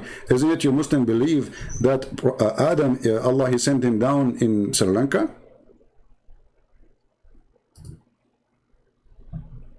That's you saying this. Me, I am All saying I'm- that. Okay, hold on, guys. I am saying All that. I'm telling you Okay. before you jump, yeah, Ibrahim was there, but the people of Nabi Muhammad alayhi salam's time did not have knowledge Okay, of him. hold on. And then I want the you. Prophet informed them Hold on. that Allah hold on. is one God. Okay. It's just the Arabic word. Hold on. Okay. Okay, Arabic guys, word. that's an Arabic word. That's an Arabic word. We got it. It's an Arabic word. So let us see here. This is your Sheik. Maybe you can listen to the Sheik from YouTube, so you can hear it, and then just mute it after you finish hearing the Sheik. He is explaining where Adam he came to. Now if we look at Adam alayhi salam, he came down onto the earth. He was sent to the earth. There's a question. Where did he land? Where he land? He wasn't just thrown so that suddenly he landed, meaning he dropped, but Allah placed him on the earth. This we find in the narration of Rasulullah sallallahu alaihi wasallam, where he says that Adam alayhi salam nazala fil Hind. He came down in what is known as the Indo-Pak subcontinent, precisely Sri Lanka. There is Hold on. Did you hear it? Precisely Sri Lanka. He came to India. So I'm waiting it. So when I say that Islam based on Hindu-Indian religion, obviously it is, because your first man is an Indian man. There's a question. Where did he land? He came down on the earth. He was sent to the earth. There's a question. Wait a minute. Where did he land? He wasn't just thrown so that suddenly he landed, meaning he dropped. But Allah placed him on the earth. This we find in the narration of Rasulullah. Okay, now mute YouTube. Mute YouTube. He came down in what is known as the Mute YouTube. Indo. Mute YouTube. See? So you're a prophet, and your religion is based in the Hindu belief. You believe that Adam, the first one who believed in God, he is an Indian, and he brought the religion of the Indian man with him to your land, and he is the father of all the Arab. He is the father of, so he is the first man. So according to your belief, that you are an Indian too. So stop saying to yourself, I'm an Arab. You are not. Either you believe what your prophet said, and here the scholar, he will quote for you your prophet saying that. So either you accept what your prophet is saying, or you don't accept it. So you Muslims are weird. You are Abdul when you want. You are not Abdul when you want. When we get you busted, you say Allah knows best, and the best scenario you will hang up like last time. So obviously all your religion is coming from the Hindu religion, the black stone, kissing. Black stone is holy in the shape of a vagina. Hindus, they have a stone, present the man private part, the women private part. They put it in the middle of the temple. They believe it's holy. They put flower around it. They believe in fertilization, and you Muslims believe in the same. And even women, they used to go around the Kaaba naked, circulating, and then when they want to have a baby, they put their hand when they have their period and their private part, and they place it inside the black stone. And this is explained why the black stone have a shape of a vagina. But the Prophet put a stop to all this. Thank you, guys. Did you hear it? The Prophet, he put a stop for all of this, so he agreed in everything I just said. The only thing he added, that the Prophet, he stopped, but he did not. Didn't your Prophet kiss the black stone? No, I said he put a stop to believing. How he put a stop? in many no, gods. No, you see, also he still believe in the black stone, so he still copy what the Hindu believe. So still he have a vagina, so he practice the ritual of other countries or other belief, and now you says that he stop other things, like what? Because the Arab at that time, they practiced it. So he practiced it too? I mean, that you just, so who's copying who? I thought he came to fix it. He made it blind now. So now he make it as part of Islam. He make it part of his religion. He made it okay. He make it what? The Kaaba is a cultural practice. The Prophet allowed it. So it is not from God. It is a cultural practice. Is that correct? No, the stone is from Allah. It's from Allah. So it's not cultural then.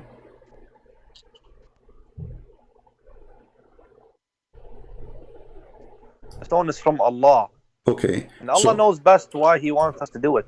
Allah knows best. Here we go. We go back to zero. Anything is embarrassment. They say Allah knows best. So your Prophet never said to you why he wants you to practice a pagan practice by kissing a stone. He never said the reason. We never got the reason, so how are we gonna know? Well, I got the reason. How come you did not get it? But should I show you the reason? It can forgive sin. Exactly. So the black stone is God, because this is what paganism is It's about. an act of worship. It's an act. Thank you, guys. Did you hear? Kissing the black stone. It is an act of worship. Muslims are worshiping stones, and this is an act of worship. And we just heard our friend here, Jihad. No, it's an act of worship to Allah. Okay, so you worship Allah by kissing a stone. So Allah must be a stone then, because if Allah is not the stone, what does the stone have to do with Allah anyway? My friend, I'm not gonna go with you because you are twisting things. Okay, that's what you my friend, do. it is you who said you have an agenda. Okay, I have an agenda. You have an agenda. Listen, Abdul, I have an agenda for sure. Otherwise, everybody have agenda. I only a fool don't have agenda. My agenda is come here, show everybody that Islam is a stupid religion, and I prove it in an honest way. And you are my helper. So now you are the one who said kissing the black stone is an act of worship. The black stone, when you kiss it, it forgives your sin. So you Muslim believe that if you kiss the black stone, you are worshiping Allah, correct? You are showing piety to Allah. Okay, so you are showing what? I lost your voice. Showing what? You are showing piety. Panty? Panty? What? Piety. Piety. Also, I don't know what the word piety mean, but and you are showing. Showing what? Well, you should go to English school. Really? Okay, tell me what that word mean. I don't know. Who told you that? Somebody told you I'm Shakespeare? I don't know. Voice is cutting. No problem, because Allah is getting upset now. He's going to cut our line. Allah knows best why it's not working now. So now, my friend, so you kiss the black stone to show Allah what? Why you kiss the black? It's an act of worship. This is what we learn from you. It forgives your sin. This is what we learn from you. And now, piety is being devout to Allah. Okay, so you cannot be devout to Allah. So the black stone is Allah then. Okay, did your Prophet say that the black stone is the right hand of Allah? No, it's not. Is the black stone is the right hand of Allah? Allah is above the arsh. This is not the question. Not the black stone. This is not the question. say that. Abdul, listen to the question. Did your prophet say that the black stone is the right hand of Allah?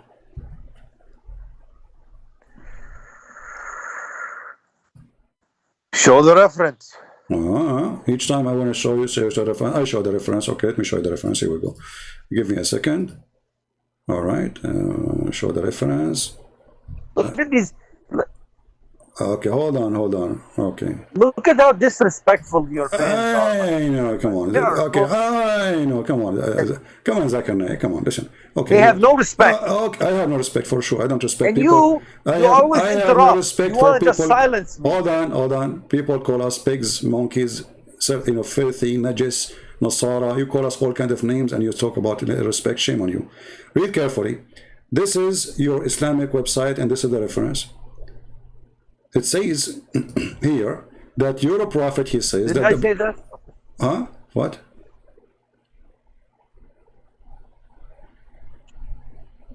Hello? I heard the messenger of Allah say, touching them erases sin. Yes, hello. Okay, I think you have a delay. I have a bad concoction. Yeah. This is what happened when you use the internet of the neighbors, you know? I mean, come on, man.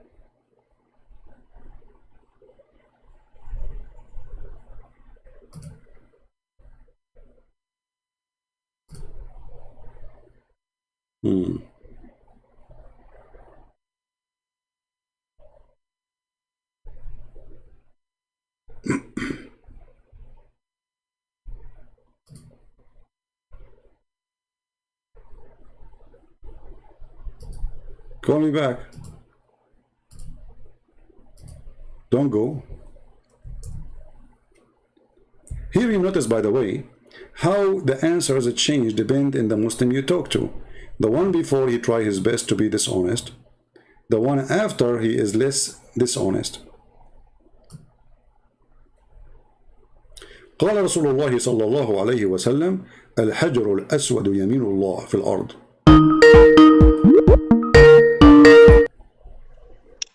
Okay, Jihad. Is the voice coming good? No, it's fine.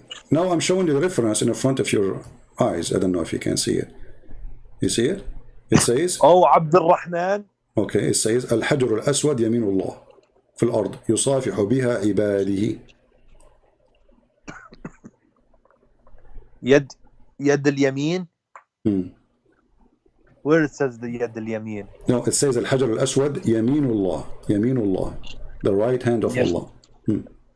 يمين الله. Yeah, يصافح بها عباده.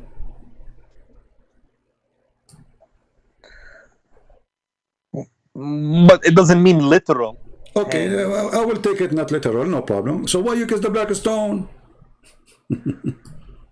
My friend, when we kiss the black stone, it is an act of worship Exactly. to Allah. So you kiss the hand of Allah. Not the literal hand. What? So are you saying that the black stone is a virtual hand of Allah? But it's not virtual, it's physical. No, my friend, a man will say, my son is my right-hand man, or my partner in business but you is are my kissing, right-hand but you are man. kissing a physical. No, this is different, my friend. You are kissing a physical object, and that physical object is called the right hand of Allah. So when you kiss it, you are kissing the hand of Allah. So, okay, is the son a person? What?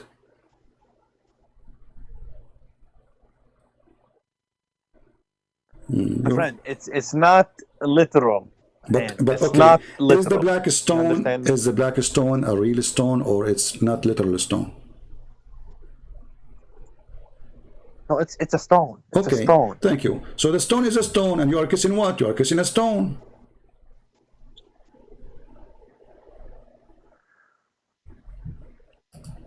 But it's we're kissing. Jihad. It's an act of worship. Okay, you keep saying that, my friend. I agree with you. This is an act of worship. Thank you very much. So you Muslim, you worship God by kissing stones.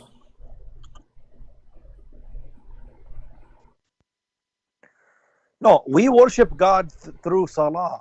No, you just said, come on, you just said that kissing the stone is an act of worship. But this is something we are required to do only one time in our life, at minimum. That's not true. That's not true. Or minimum, guys, minimum. Oh, okay. No, anytime you go around minimum.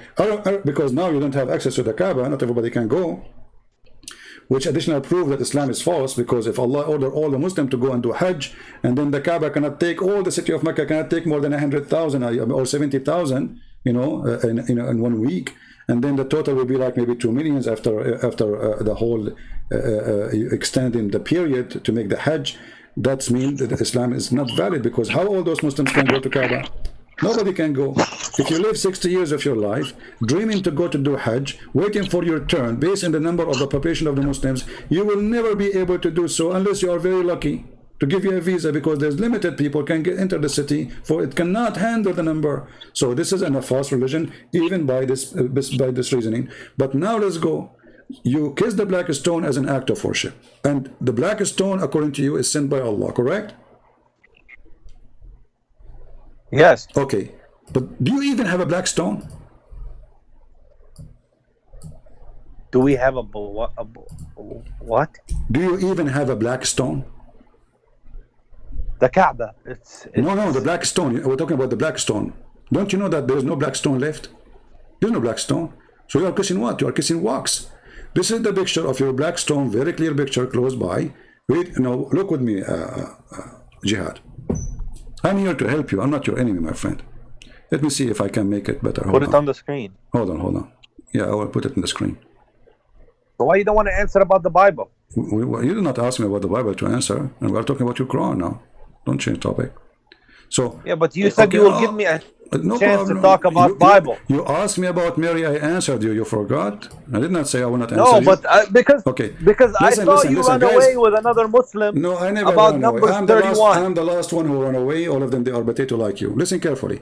This is the black stone. This is the black stone. Where is the black stone? Where is the black stone? There's no black stone. This is wax. There's little tiny rocks. Well, the black stone in the time of the Prophet Muhammad sallallahu alaihi wasallam. It's not.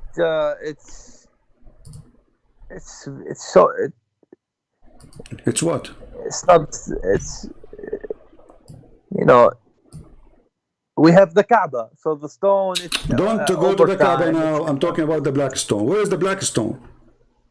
If Allah order you that this black stone, and He told you this black stone is going to witness for you in the day of judgment, that's mean Allah will preserve the stone. But there's no black stone left. There's little rocks. The rest is wax. All this brown thing, red thing, this is wax. The little rocks here are the black stone left. Here we go. This is the black stone. That's what it was. Okay, hold on. That's what it was. So how Allah He said that this is black stone is going to witness for you in the judgment day, and nothing left of it? What kind of God? He need wax to maintenance to be done every few days in the Kaaba to maintain His stone. He could not maintain it. Couldn't Allah He send a strong stone, which a stone will stay forever without, even it's a stone, what kind of a stone they chose? Look at this. There's no stone left. You have little tiny rocks, and they are the same size as the one your prophet used to. By the miracle of Allah on the day of judgment. What miracle? Look, it's gone. There's no stones. Look, this is one. This is two. This is the second one next to it, and this is one, and this is one, and this is one, and this is one. That's it. Nothing left. Because a lot of time has passed. My friend, how this? You said you are kissing the black stone. But where is the black stone?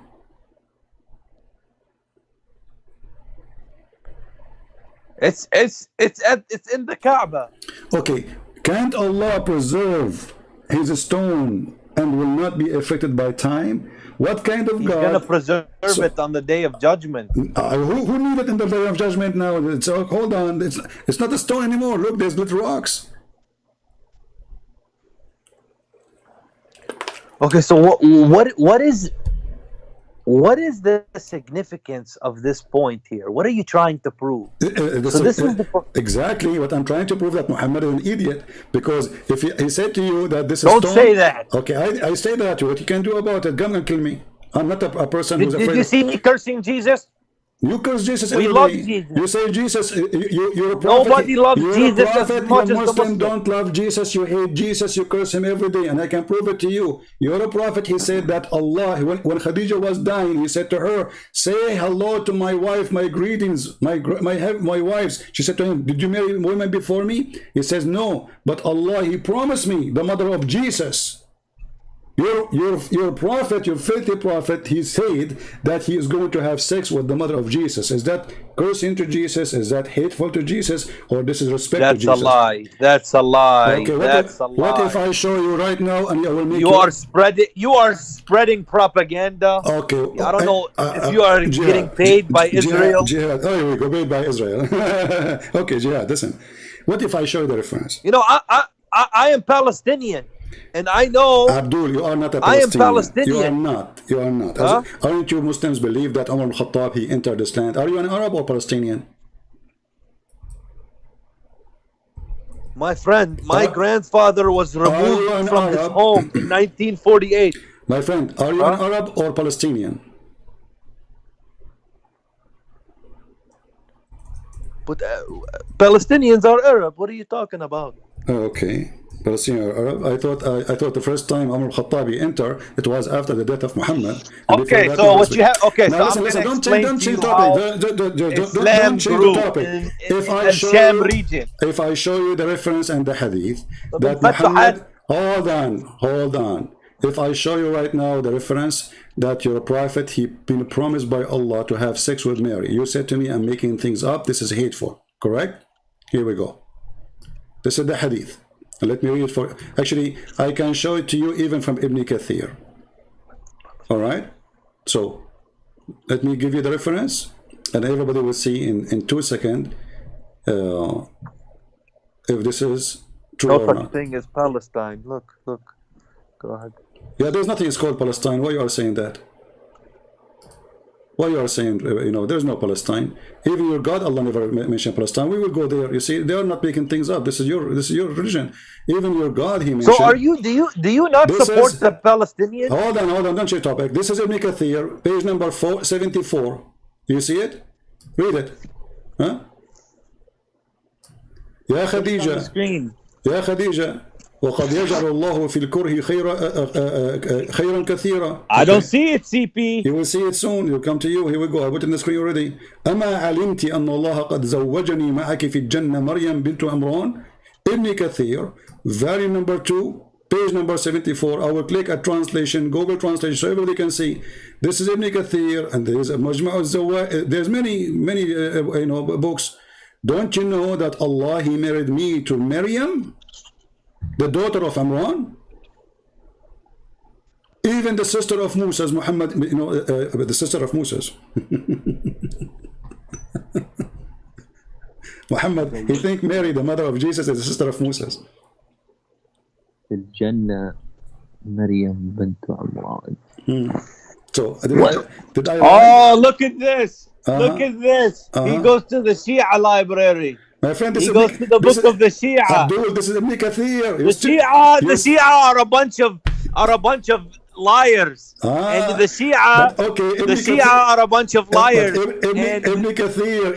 If you read the book of Shia, it's like you're reading Alf Layla wa Layla. Listen, Layla. Like a bunch of cartoon movies of Shia. Okay, guys, the book of Shia cartoon movie, not Muhammad. Muhammad is a cartoon too, but listen, isn't it you who mentioned to me last time that you accept Ibn Kathir? This is Ibn Kathir. This is a Shia library website, which means all Islamic books. But is it Ibn Kathir Shia version? There's no Shia version. Here we go. This is part number 2, volume number 2, page number 74.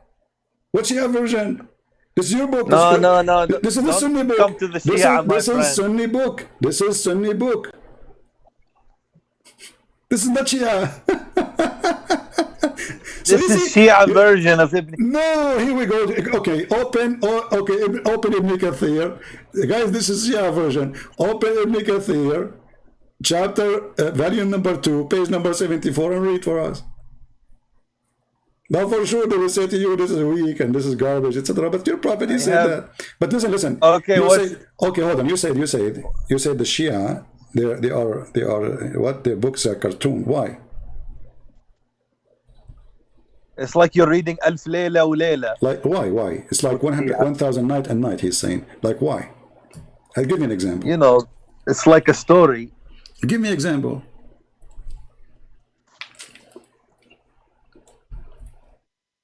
You know, they have so many weird stuff they believe. Like what?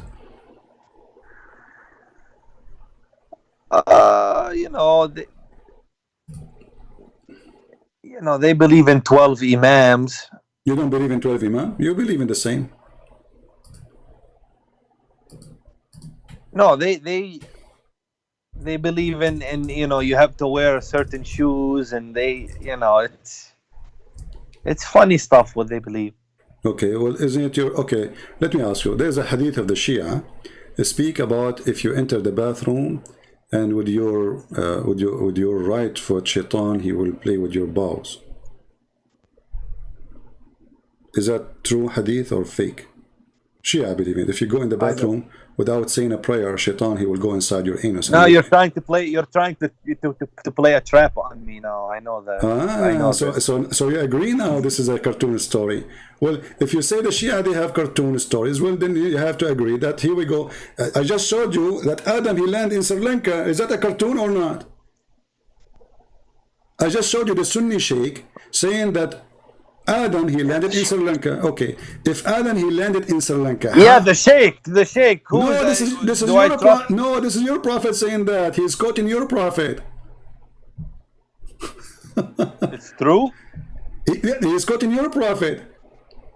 He's not making things up. He's saying this is. I can play it for you again. So this is from the hadith. This is from the hadith of the Sunni. So you Muslims, you have more stories and you have same stories as the Shia. So now, if I ask you, do you agree really that Adam, he came down to Sri Lanka, or you don't?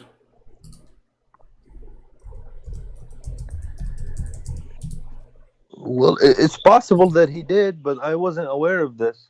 So a second ago you were talking about Shia funny stories, and now it's possible? What is possible about it? Let us go and look at the map of Sri Lanka. Sri Lanka is an island. But I didn't know. I wasn't aware of that. No problem. I wasn't aware. Okay, no problem. Now you are aware. So now Sri Lanka is in the map as we see it.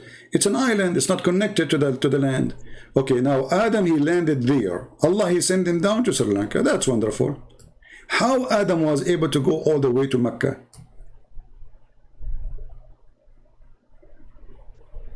When Sri Lanka is an island.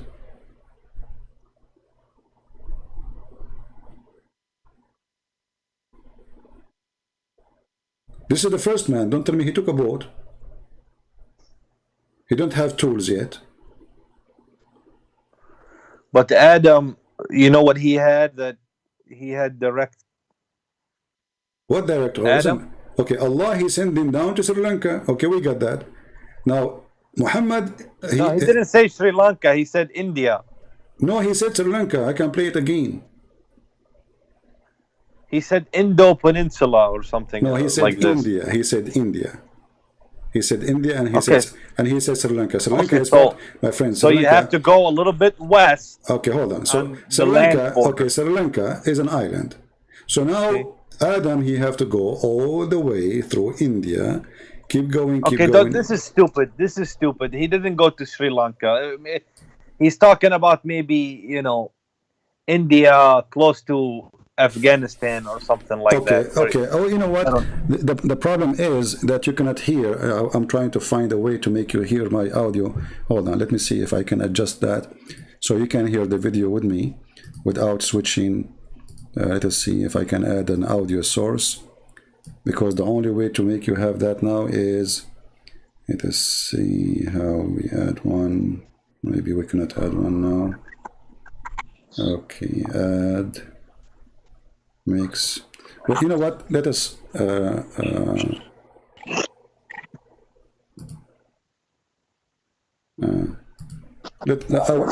will make the audio available to my microphone. Even that will make your voice less clear, so everybody can hear. Mute YouTube, please. Be sure your YouTube is muted. So let us go and see what. All right.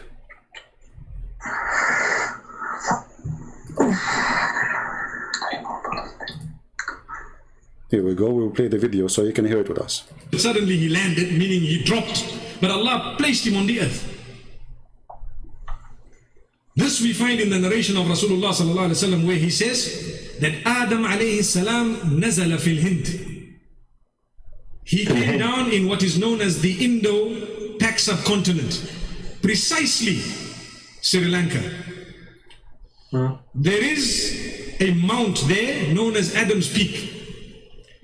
If you go there, you will find it green and beautiful, as though it is not from this earth, but it is. I'm not trying to imply anything, but I'm just saying it is so beautiful, maybe because the Sri Lankans have kept it that way. But it's a beautiful place. It is said that there is a possibility that that is the place. We don't know for certain that that spot is the place, but roughly there. What about Hawa? Where did she come down?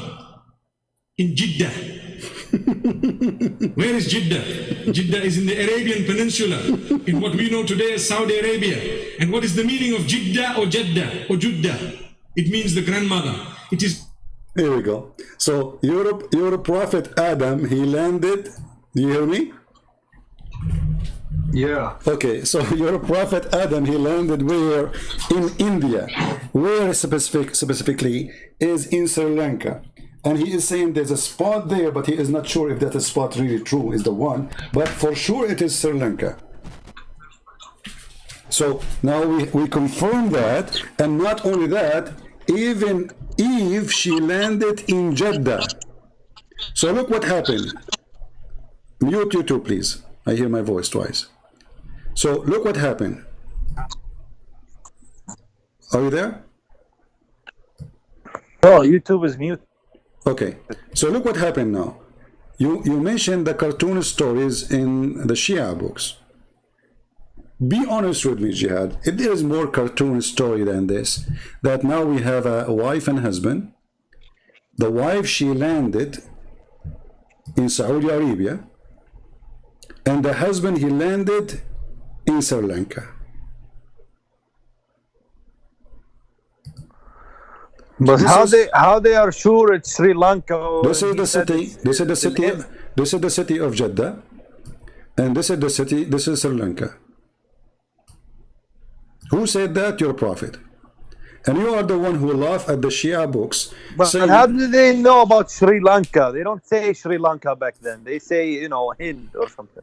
okay, your prophet, he mentioned it. I mean, obviously, this guy is a sheikh. He's not going to say things. You say, okay, you Muslims, when Christian Prince, he say a Christian Prince is not telling the truth. Even your sheikh now is a liar. I mean, what's wrong with you? So he is quoting. But can you bring the hadith itself? Can you bring the hadith itself? You want me to show you the hadith itself? Yeah, okay. I do. Okay. But nothing is impossible for Allah. He can take Adam and put him in Jeddah. But he did not. He put Adam.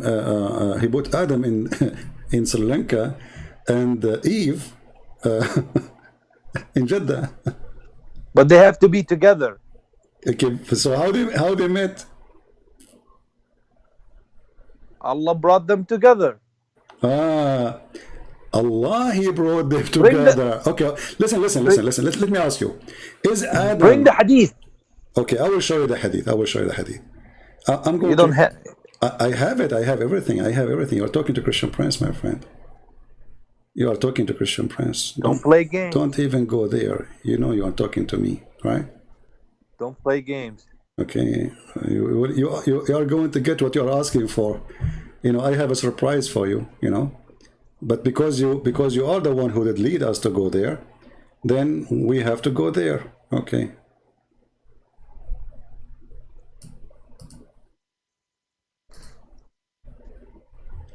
Is it true that you Muslims believe that Adam is Buddha? Adam is what? Is Buddha. No. Okay. Let us see if Adam is Buddha or not. Okay.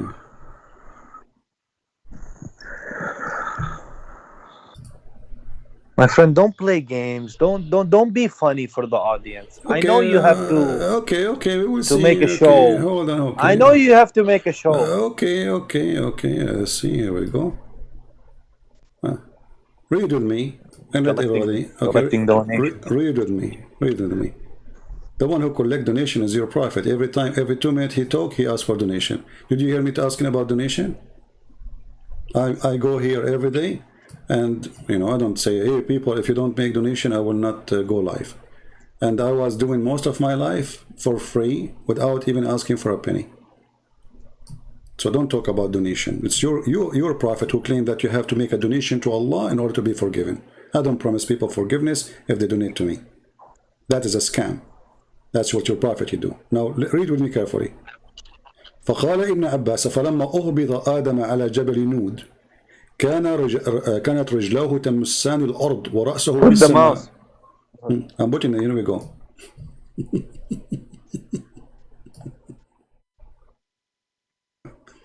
And here there's other hadith. أهبط آدم قبل غروب الشمس من اليوم الذي خلقه فيه وهو يوم الجمعة مع زوجته حواء من السماء فقال علي وابن عباس وقتادة وأبو العالية إنه أهبط في الهند على جبل يقال له نود من أرض سرنديب وحواء بجدة وقال ابن عباس فجاء في طلبها. So let us translate that Allah he sent down Adam in an area, it's called Nud. In different hadith it says Nud. This is where I think Buddha is coming from. Jabal Nud. Nud. In some stories it says Nud, not Nud. So Nud. So most likely the Muslims, they get the wrong name as usual. Like Jesus became Isa, Yeshua became Isa, Mary is the sister of Maryam, the sister of Aaron. All the names are wrong. So mostly this is a mountain where Buddha was worshipped. And Muhammad he claimed that from that mountain, that Buddha, which is Adam, is the one who came all the way to Mecca. And where his wife she was landing in Jeddah. And we heard the Sheik speaking about it. So here we need to ask ourselves, if your God is sending Adam down with his wife, why your God he separate them and he put one in Sri Lanka and one in Jeddah? And Jeddah is a dead city. I mean, this is not even, it was not exist. So how a woman, her name is Eve, she will survive in the desert alone? And why a man, his name is Adam, which obviously Buddha, he was sent down to Sri Lanka? And how Adam, he was able to meet his spouse all the way in Jeddah? What do you think, Jihad? I'm showing you reference, I'm showing you what your scholar says, what your Sheikh says. What book is that? This is Ibn al-Athir, the one I'm showing you. I can show you from I can show you from Al-Qurtubi. I can show you from wherever you want. What do you want? What do you want? What do you want? All the books I can show you. You are reading things in a wrong way. That's the problem here. Really? You think so, my friend? You are understanding things in a wrong way. Okay, explain to me. We just heard the Sheikh saying that Adam he went sent down to Sri Lanka, and and Eve she was sent down to Eve. So is the Sheikh too? He get it wrong? But Allah must have brought them together. Okay, but Allah did bring them together. No problem. Do you agree with this or you don't?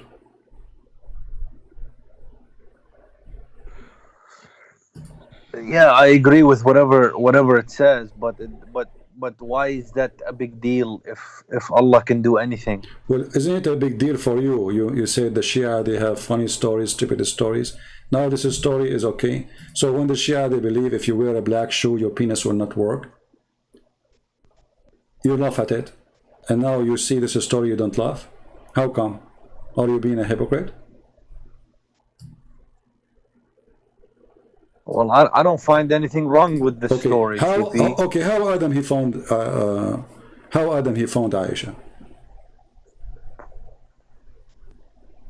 Aisha? Sorry, with the Eve. Sorry. What? With Eve, his wife. This is the book of Al-Qurtubi, and I'm showing you images now. Let me show you. This is a Jamia li-Ahkam al-Quran, al-Qurtubi. And this is the quotation from al-Qurtubi. It says, أهبط آدم سرنديب في الهند بجبل يقال له بوذ. You see the name of the mountain, Booth, from Buddha. The mountain of Buddha. Where Adam came? In the mountain of Buddha. Your Adam, according to Islam, is Buddha.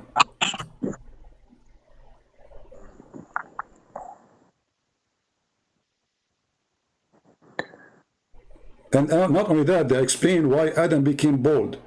Because he was so tall, and the cloud, brother, he was touching his head, and that make him bald, brother. صرادب في الهند. Yeah, do you see it? جبل. The sky was touching his head because he was so tall, brother, and that made him, brother, bald. Do you agree with that or you don't? Bald? Bald. The reason he became bald was because of that. Because he was so tall and the cloud was touching his head. So he lost his hair. He became bald. What is this book? This is a Jami'u li Ahkam al-Quran, al-Qurtubi, Imam al-Qurtubi, my friend. Show respect, please. Stop saying what this book, you're screaming at al-Qurtubi, shame on you.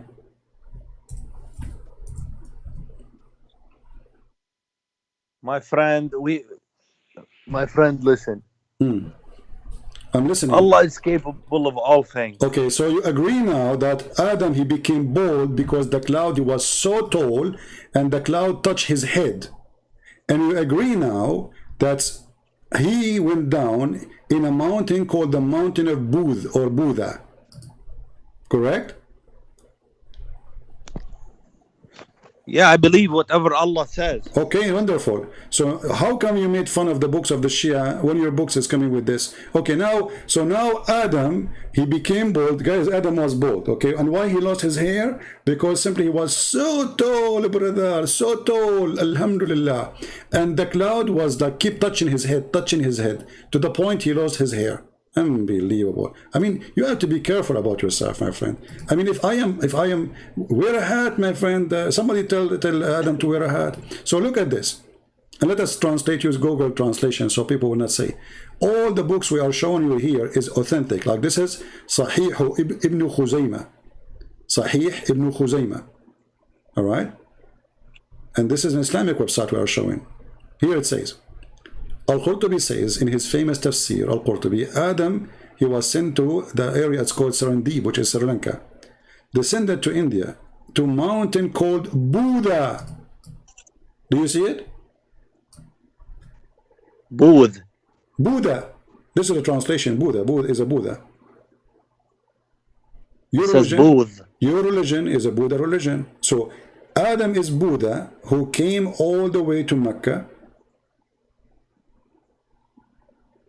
And he was sent down from Allah. Why Allah he sent him to a mountain called Buddha? This is what? This is how we do it. What? I will ask a sheikh about this. Come on, you want to ask a sheikh about this? What do you mean you will ask a sheikh? Well, how come you cannot debate any sheikh? Are you scared? The question is, where is your sheikh? Here we go, I'm here. Why you don't call your sheikh right now? Says, hey guys. Why you don't challenge the sheikh? His name is Muhammad Arifi. I challenge all of them. All of them are potato. Here we go in front of you. Be my witness. He has to know Arabic. Doesn't matter. Arabic, English, okay, so even better. I challenge all the sheikhs are exist in the world. I accuse them to be a bunch of shaky. They don't dare to debate me. And I challenge you, Mr. Jihad, to do jihad and call them and say, hey guys, we have this guy, he accepted to challenge you. Who is going to talk to him? And you do this. You call them, you put them live on air with me, and I will make you the moderator for the debate. What do you think? You are the one who moderate even time. You know, we will give them, like we will do it like equal time, but not for long. I mean, like because the problem is you mute people, you cut them off. You will be the moderator. You will be the moderator. When you say to me, it's time, your time is up, my time is up. When you say to him, your time is up, his time is up. And people will be the judge. If you will be fair. Okay, Al-Qurtubi says in his famous tafsir, Adam descended in India to a mountain called the Buddha, and with him was the wind of paradise, baldness. Okay. And then he became bald because the sky was touching him. The wind of paradise came, and he was so tall, and then he... My friend, we cannot question Allah. I know. Question Allah. Yeah, we cannot question, so okay. Yeah. Because you have to understand, CP, this life is a test. What does have to do with my question now? What does have to do with my question? I'm gonna explain. Allah is not gonna give you everything which makes clear sense to you, because He needs to know that you have faith. And when you have faith and you worship Him, then you have a chance to go to Jannah. But it's not guaranteed. That's number one. And number two, what I see in the Christians is they don't care about the Akhirah. They love the world. Why? They love the world. How come? We are allowed to have only one wife. It is you Muslims who go after your penis, keep divorcing, marrying, divorcing, marrying, divorcing, marrying, and you do mut'ah, and you do misyar, and you do zawaj, friend, and you are the one who love the world. You are the one who like to own slaves. You are the one who like to abuse women who they are poor. And even the Quran says, if you have an orphan, have sex with her. And what kind of religion says have sex with the orphan? So it is you who love the world. It says you have to deal kindly with the orphan. No, it says you have sex with them. You want to show you the verse? Chapter, no. I know it says you have to deal justly with the orphan. No, justly in what? In bed, right?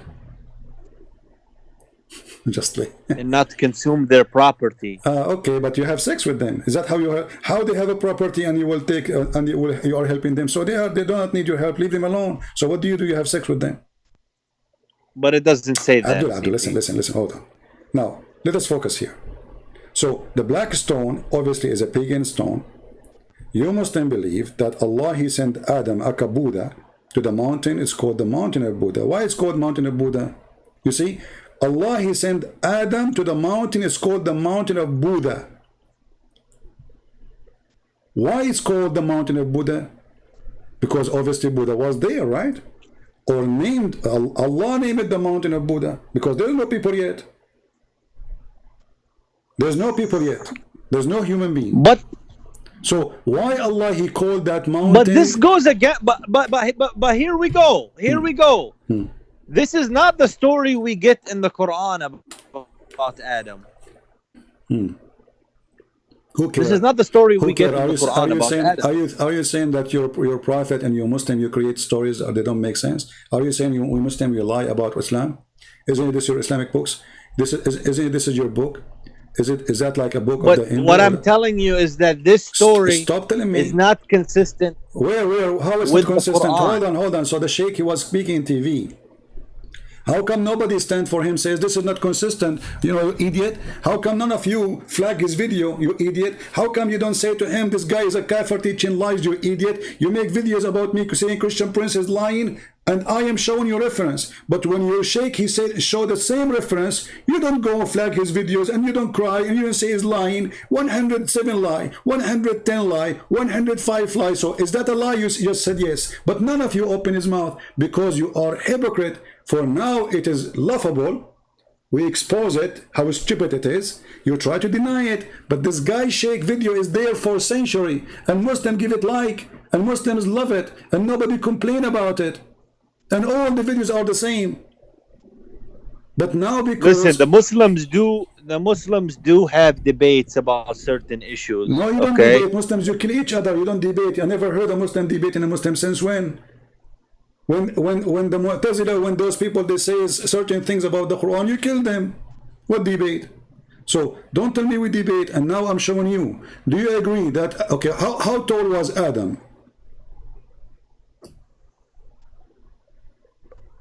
Do you know? According to what?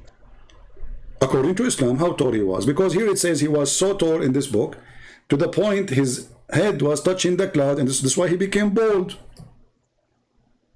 I don't know. I'm gonna take the Quran, what the Quran says. So you don't take what your prophet said. Remember, you are the one who said the Shia books is a cartoon. Well, we don't have. It's not guaranteed that he said it. Not guaranteed, huh? So if it's not guaranteed, why you call it Sahih?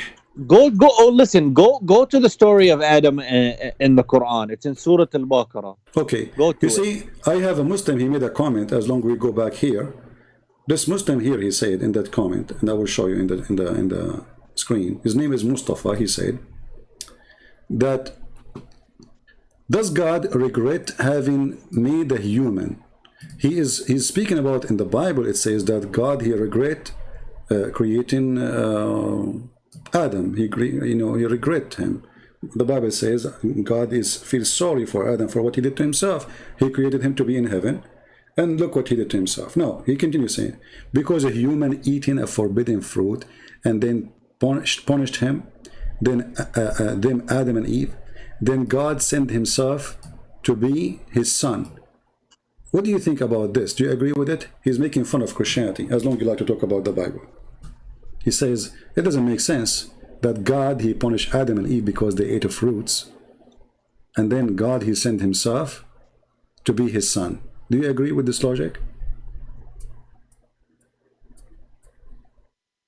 Look, I'm gonna tell you regarding the story. I take the Quran. Number two, about what this Mustafa is saying. Okay, so what is the story? You take the Quran.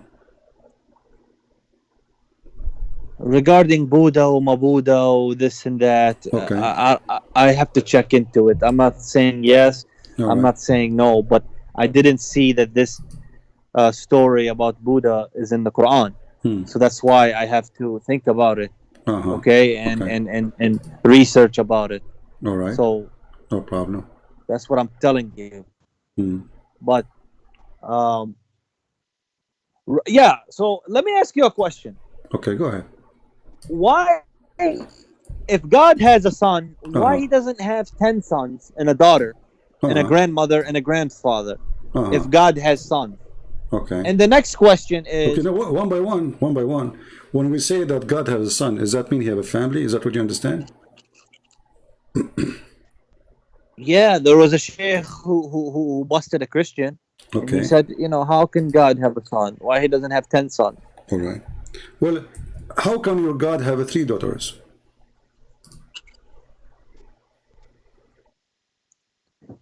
He does. That's aberrant. But let me tell you something. No, don't change topic. If God wants to forgive your sin, Okay, no, don't change topic now about forgiving sin. Let us talk about sons. God have son, didn't have son. Okay, let me ask you, why Allah cannot have a son? Can he have son or he cannot?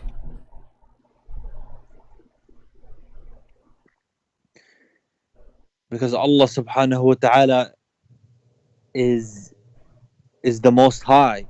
How high he is? So what does that mean? Most high. You keep saying most high. There's nothing high, nothing down. I mean, the earth is round, and now we are high, and after a few hours we will down. What high? So you say Allah is up. Where is Allah now? Is Allah above you or underneath of you? He is above. Listen to me. After 12 hours, I will ask you the same question. I say to you, where's Allah? The verse about this daughter is abrogated. Listen. It's abrogated. What is abrogated? What is abrogated? You're talking about the daughters, or this is it's been abrogated. Okay, let me ask you. Do Allah have a real daughters or they are not true? I want to ask you a question. I'll put this to the side. We'll come back to it in a moment. This is the question. No. You need to. I didn't say anything about the Bible or about Christianity. So put it to the side. You asked me a question. We are going to go to talk about it, about God having sons. You are the one who mentioned it. You forgot. We opened the topic already. So I'm asking you, when the Quran speak that Arab, they believe that Allah have 3 daughters. Do Allah have 3 daughters for real, or this is lie? This is abrogated. This is not the question. What abrogated? I'm saying, do Allah for real have childrens and they are daughters, or he don't?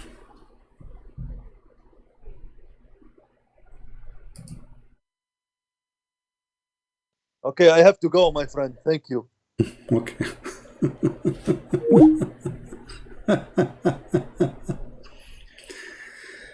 Here you see the hypocrisy of this religion. When they want, they have logic. When they want, they don't have logic. So for the idiot to make the point here, he's saying God, he sent himself. First of all, we Christians believe that Jesus is a person, the Father is a person, Holy Spirit is a person, one God, three person, one God. If you say how that can be, well, can you explain to me how God can be God anyway? Look like you want to tell God how he can be. Hypocrite. We just heard Jihad saying you cannot question God. But when the Muslim want, they can question God.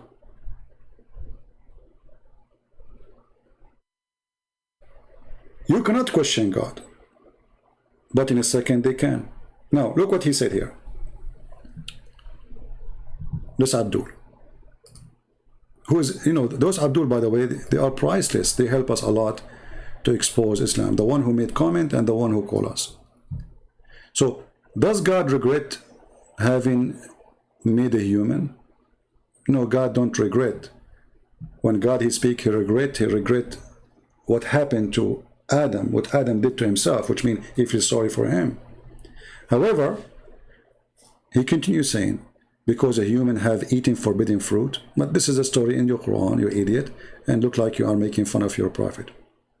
And then God, he sent himself to be his son. Nowhere in we Christian we believe in such a thing, that he sent himself to be his son. The son is a son, the father is the father. But here you see why Christianity is the most beautiful belief, and they have a true God. Oh, Jihad is calling back. What Jihad? Why you are calling back? Yeah, so nobody can say I'm running away. Oh, you are the hero, my friend. Okay, so we go back to our topic. So did Allah? Okay, the three daughters. The three daughters. Okay. That was the satanic verse that Allah abrogated. I'm not talking about this now. I'm saying, do Allah have a three daughters reading? No. He don't. No. Okay. So what do you think about your prophet sending Khalid ibn Walid to kill the daughter of Allah? Saying what? What is your say about your prophet sending Khalid ibn Walid to kill the daughter of Allah?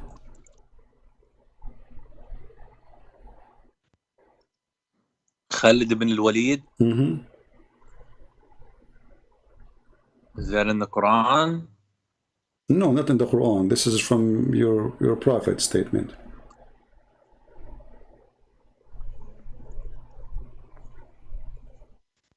It's in a hadith?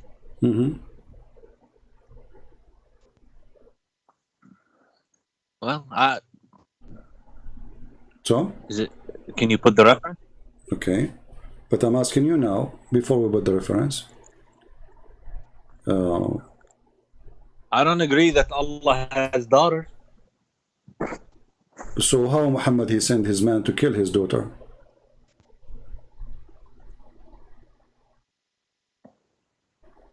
It's not true. Well, okay, let us see. It's not a true hadith. It's not a true hadith.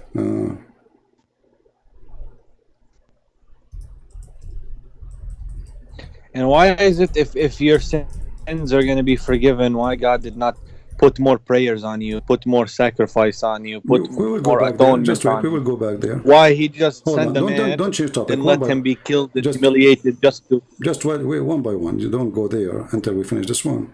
We will go. We have time. You said you will not run. I like that. No? But I don't have that much long. Okay, well, I don't know. I have time. You don't. This is your problem, my friend. This is not my problem. Stay, and we will see. Here we go. I will do what I can to bust This you. is the book. This is the book of. Let's see here. Hold on. Give me a second.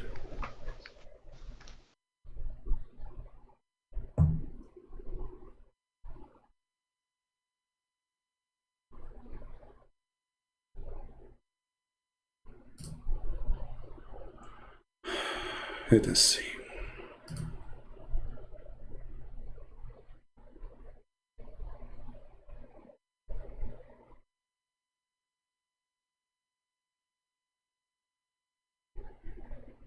All right.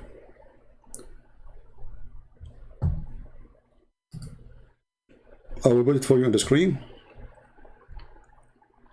and you can read for us.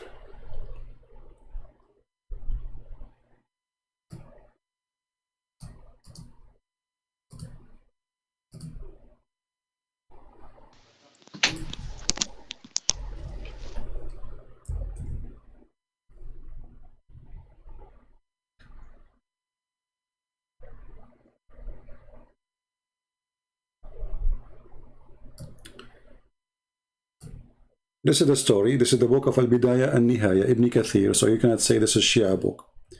Your prophet, Muhammad, he sent Khalid ibn al-Walid, and he sent him in a mission.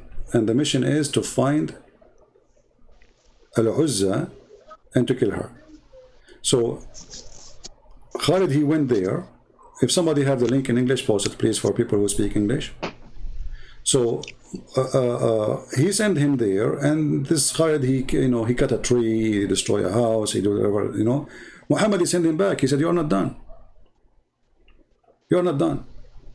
So he said to him, "Go back." And then when he went back, he found a woman, and this woman, she was black, and her hair was all over her head, like, it's not camp, and she was screaming. And then he jumped over her with the sword, and then he killed her, and he says, "Ya Uzza, kaffarnaki la sabbahnaki." "Oh Uzza, we became kafir against you, and we will not praise you. And I see that Allah, he humiliated you." And then he destroyed the house, and he took all the money inside. He's a thief, like he's a prophet. And then he went back, and he told Muhammad, and then Muhammad, he said to him, "That was Al-Uzza. Don't ever worship it." Do you see it? Don't worship her. Yeah. But he said, this is Al-Uzza.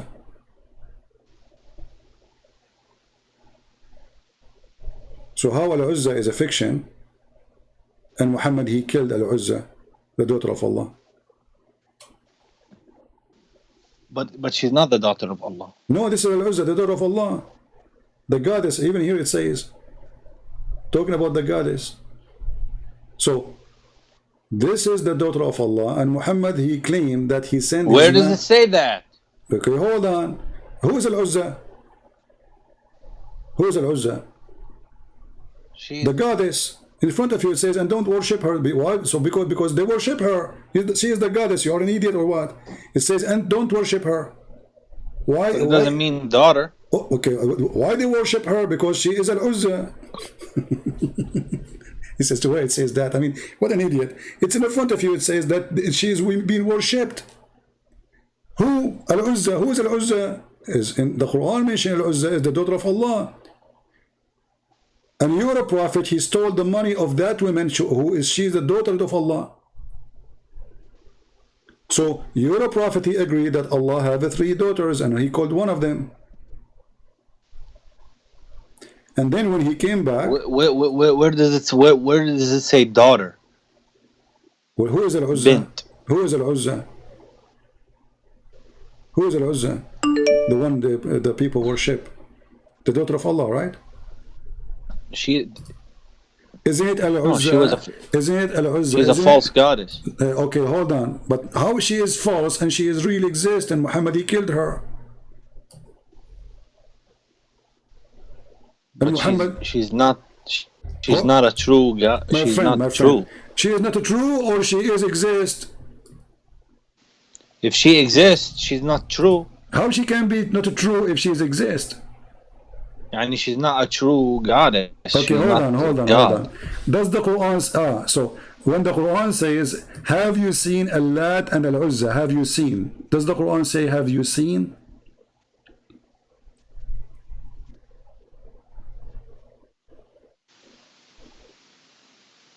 Huh? When the Quran says, have you seen? Say it again. Have you seen? أَفَرَأَيْتُمُ اللَّاتَ وَالْعُزَّى? Have you seen? Does the Quran say the word seen? Have you seen? Yeah, but this is what I told you was abrogated. So, hold on. Don't tell me abrogated, idiot. What does this have to do with our topic? What abrogated? I'm saying to you now. In the time of Muhammad, he claimed that the Arab, they see Allat and they see Al-Uzza.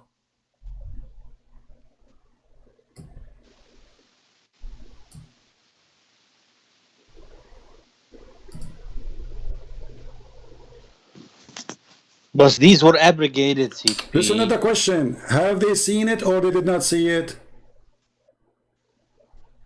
Did Muhammad, did the Arab, did Khalid, did these people see Allat and Al-Uzza and Manat? Did they see them, the three daughters of Allah, or not? No. So the Quran lied then, because here it says, have you seen? No, it says, have you seen? Yeah. Have you seen Allat al-Uzza? أَفَرَأَيْتُمُ اللَّاتَ? He didn't see it. No, they didn't see it, because he's saying, have you seen it? Have you seen Allat al-Uzza? Have you seen? No, he is confirming. He is confirming that they saw, not the opposite. He did not say they are not exist. Not only that. Look how your God Allah. Look, your God Allah. He complained about what? He said, like what? For you, the male sex. This verse is abrogated, my friend. Okay, it's abrogated. It's abrogated. What does that mean? So you Muslim, you used to worship Allat and Al-Uzza, and now you should not worship him no more? What do you mean by abrogated? The Prophet stopped all this. Whoever did this, he stopped it. Okay, so you are the one who said to me, Muhammad, before his age of 40, he was following the community. So you're a prophet for 40 years was worshipping Allat and Al-Uzza and Manat, correct?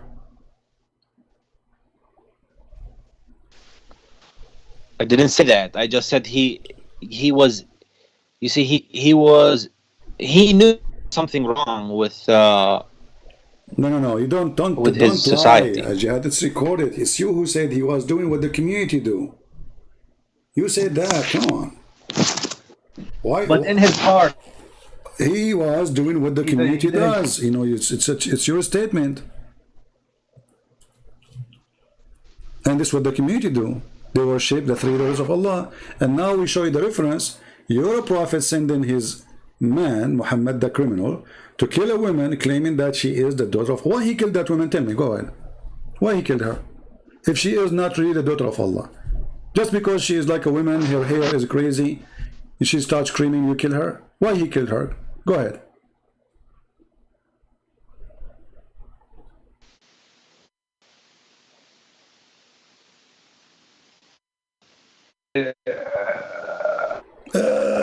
Squeeze it, no problem. I'm telling you. It's going to come. I am asking you. Don't change the topic. If this woman, Muhammad, he said, this is Al-Uzza. When Muhammad, he said, this is Al-Uzza, Tilka Al-Uzza. Okay? So he confirmed that this is Al-Uzza. So this is what they used to worship. Was Muhammad, no problem. They used to worship this woman. So was she really exist and Muhammad killed her?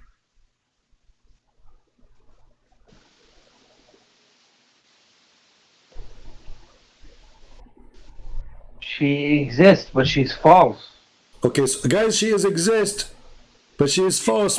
But those people, they are worshipping Al-Uzza for centuries. So this woman, she lived for many centuries. What she is? She lived in that area in Mecca for centuries and centuries. And those Arab, they worship the three daughters and they live there for centuries. Are they human? Are they human? They are human. They are women. As you see, it says here, it's a woman. She have a black hair and she's black. Did he kill her because she's black? Why here the reference says she's black? He's black? Yeah, why he's saying imra'a sawda'un? Don't you see it says imra'a sawda', a black woman? Why Muhammad you want to kill a Okay, black are you woman? going to answer my question about the Bible? Okay, so now, okay, we will say that you have no answer. Obviously, Islam is full of fiction, stupidity, and here we go. Muhammad is a pagan person, and now he's in competition. He don't like Okay. the daughter I'm of gonna Allah. call, Okay, I'm going to call you next time. No, don't call me. Call Don't you call me next next time. Now, let us answer the question you asked me. What? Repeat your question again. Go. I'm telling you, I'm asking you, Yeah. if God is going I lost you. If God why is he what? has to send a man to be humiliated? Well, who said that God he sent a man to be humiliated? He did not. He did not send him to be humiliated. It's us who did the crime against him. Okay, let me ask Tell you fast. Okay, did Allah he send Muhammad? Did Allah send Muhammad to the people of Taif, and the people of Taif they spank him and they beat him and they humiliated him and they broke his teeth and they made him bleed? Yes or not? They did, right? I can show the reference. So did Allah send Muhammad to Taif to be humiliated? But He's what? No, it's different, man. It's different. What different? What different? So Muhammad, Because you're claiming Muhammad was beaten, Muhammad was spit I out, Muhammad was etc. They made fun of him, and Allah he sent him to be humiliated. Why Allah did not say to him, "Don't go"? Here you see the hypocrisy. For us, we know that God he loved the world, so he sent his only begotten Son. Oh, you're not understanding. Okay, you see, the Quran says God will not punish you unless he send you a warner. Correct? For sins, to die for sins. He didn't send for sins. Well, when I'm saying why he sent somebody Okay. to be humiliated for. No, he is not sending anyone to be humiliated, and Muslims they always fabricated stories. It's not there. Like Mary, she is the wife of God. We don't believe in such a garbage.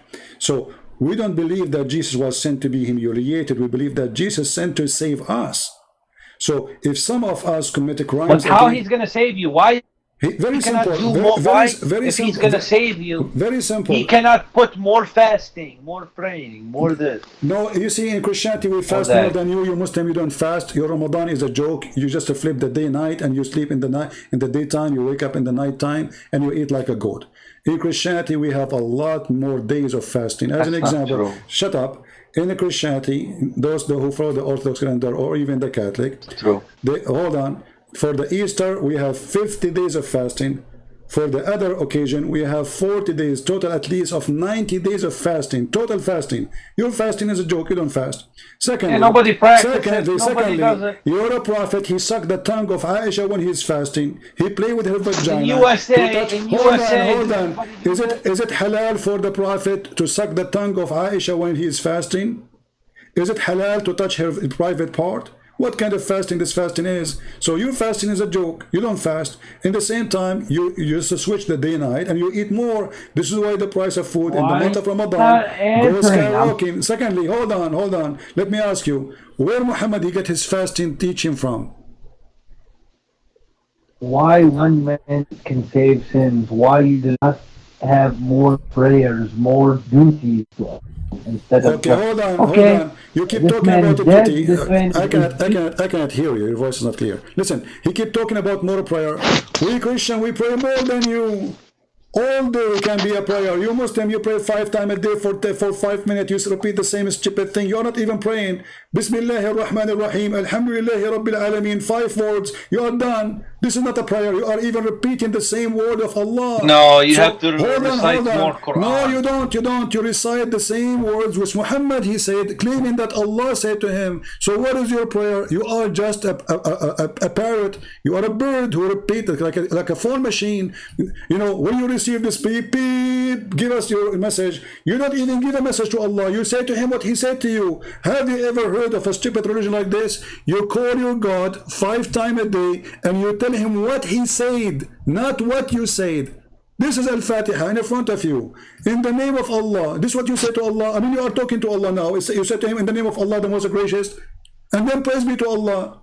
So Every day I will call Allah 5 times. I will say to him, Bismillah ar-Rahman ar-Rahim, Alhamdulillah Rabbil Alameen, Ar-Rahman ar-Rahim, Maliki Yawm Din. But my friend, the Christians in USA, the Christians, Boy, have you ever heard of a stupid prayer like this? Where is the prayer? There's no prayer. So you are repeating yourself 5 times a day, saying what Allah He said. So imagine there's somebody call me in Skype 5 times a day. I say hello. He said to me, Christian Prince, in the name of Allah, the most merciful, I mean, like, what the heck? So what is the prayer? You don't what is wrong with you? Why are you? No, why are you I'm just asking like, you in front of everybody. Where is the prayer? I'm asking you, Abdul. I'm asking you in front of everybody. Where is your prayer? I'm listening. This is not your prayer. This is Allah prayer. Where is your prayer? Okay, first of all, we say Al-Fatiha, and then we say another Quran verse, and we need to memorize. No, you don't. Which takes no, mental you effort. don't. You align. You don't. This is the prayer. What are you talking about? You say Fatiha and then you say another Quran verse. What Quran إِنَّا أَعْطِينَاكَ الْكَوْثَرَ. Okay, what does have to do with the prayer? إِنَّا أَعْطَيْنَاكَ الْكَوْثَرَ. Okay, Allah, He's saying to you say to Allah, إِنَّا أَعْطَيْنَاكَ الْكَوْثَر. Hold on, guys. He said to Allah, إِنَّا أَعْطَيْنَاكَ الْكَوْثَر. What does that mean? Anything, any verses, my friend. No, you no, say, you just said, you know, people they like to memorize you the just short said one. Allah, He gave Muhammad al-Kawthar. What is that? His penis? No. A man, he No, accused Muhammad. no. Okay, Don't so now you are start praying for the penis of Muhammad. Hold on. Everybody is my witness. You are the one who said we pray. We mentioned this chapter. Okay, hold on, which is a stupid lie to say. But anyway, what does it have to do with your prayer to Allah? No, this is Muhammad, about the abundance of good. what The abundance of good What in abundance this of life good? and the hereafter. A person, he accused your prophet that his penis doesn't work. It cut off. That's not true. Read verse number 3. Don't say these, my friends. My friend. I'm not saying Do not things. say bad The language. verse in the front of you. Read it. What kind of God? He says such a chapter. The guy accused Muhammad. This is a lie to say. No. This is a lie to say that the prophet had such a problem. Does it say in Arabic? He did not have such a problem. Does it say in Arabic, "Inna shani'aka huwa al-abtar"? Cut off. Cut off. Cut off from what? What is cut off? The guy who was making fun of him. Cut off. Hey, cut off from what? Cut off from all good and prosperity. And is deprived of spiritual issues. But it's about his enemy. Is it about Muhammad he cannot have children? Yes or no? He have children. No, he don't. He didn't have a son. No, he have children. He have daughters. Muhammad, he never have a child. This is a lie. Fatima is not his daughter. Fatima is the daughter of Khadija from previous husband. Khadija, she have 3 husbands.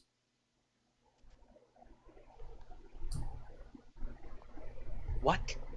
Khadija, she have 3 husbands. Muhammad is number 3. She changed cars every few years. She is rich. She married men for fun. And those children are not from Muhammad. Muhammad is a person who cannot have sex. And they're proven in front of you. Let us go. No. Shall we go and read the interpretation for the chapter? Do you agree? If we go and read the interpretation. Chapter 106. Is it about Muhammad cannot have... Is it about Muhammad he cannot have babies, or I'm making things up? Maybe there was a few people who accused him. Okay, but is it true that it's about him cannot have babies? Yes or no? He had daughters. This is not the question. No, he don't have daughters. This is why they are making fun of him. Because simply, if you have, they will not make fun of him.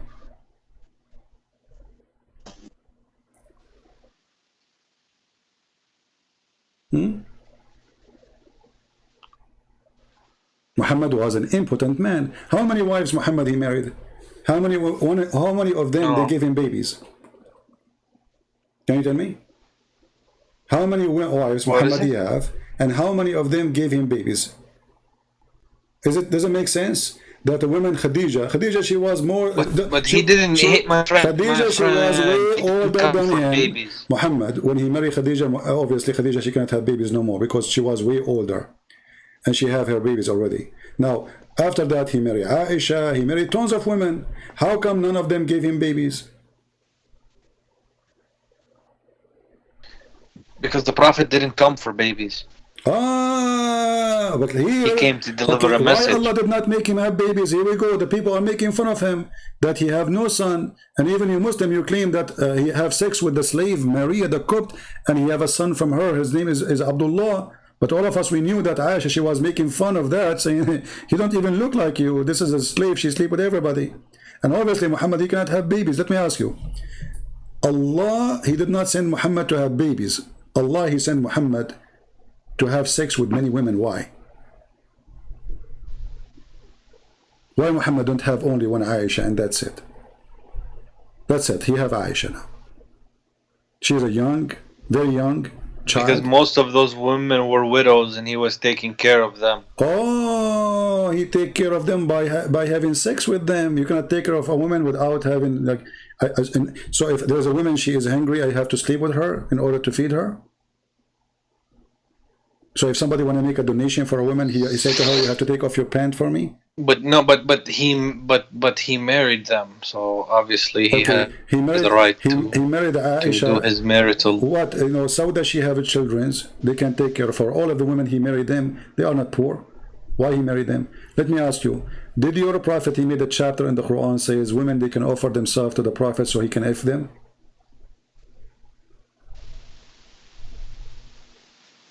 Okay, CP, that's enough for What? one day. Okay. Let me just no, just this one before we go. My friend. Just one. What does have to do with God? Why does God, he made a verse saying any woman she can offer herself to the prophet so he can F her? What does have to do with God? What that will do to Islam? What that will reach Allah? I mean, okay, Allah is God supposed to, right? I will think about it. Huh? What does have to do with God? The prophet, he was a very good-looking man. He's a very good-looking man. He is sexy, and you know it. So, guys, he was very sexy. So, Allah, he need to solve the problem. All the women, they want to F him. So, the prophet, he made a verse. Allah sent him a verse. Says, any woman, she want to have sex with you, she can offer her panty for you. This is the logic.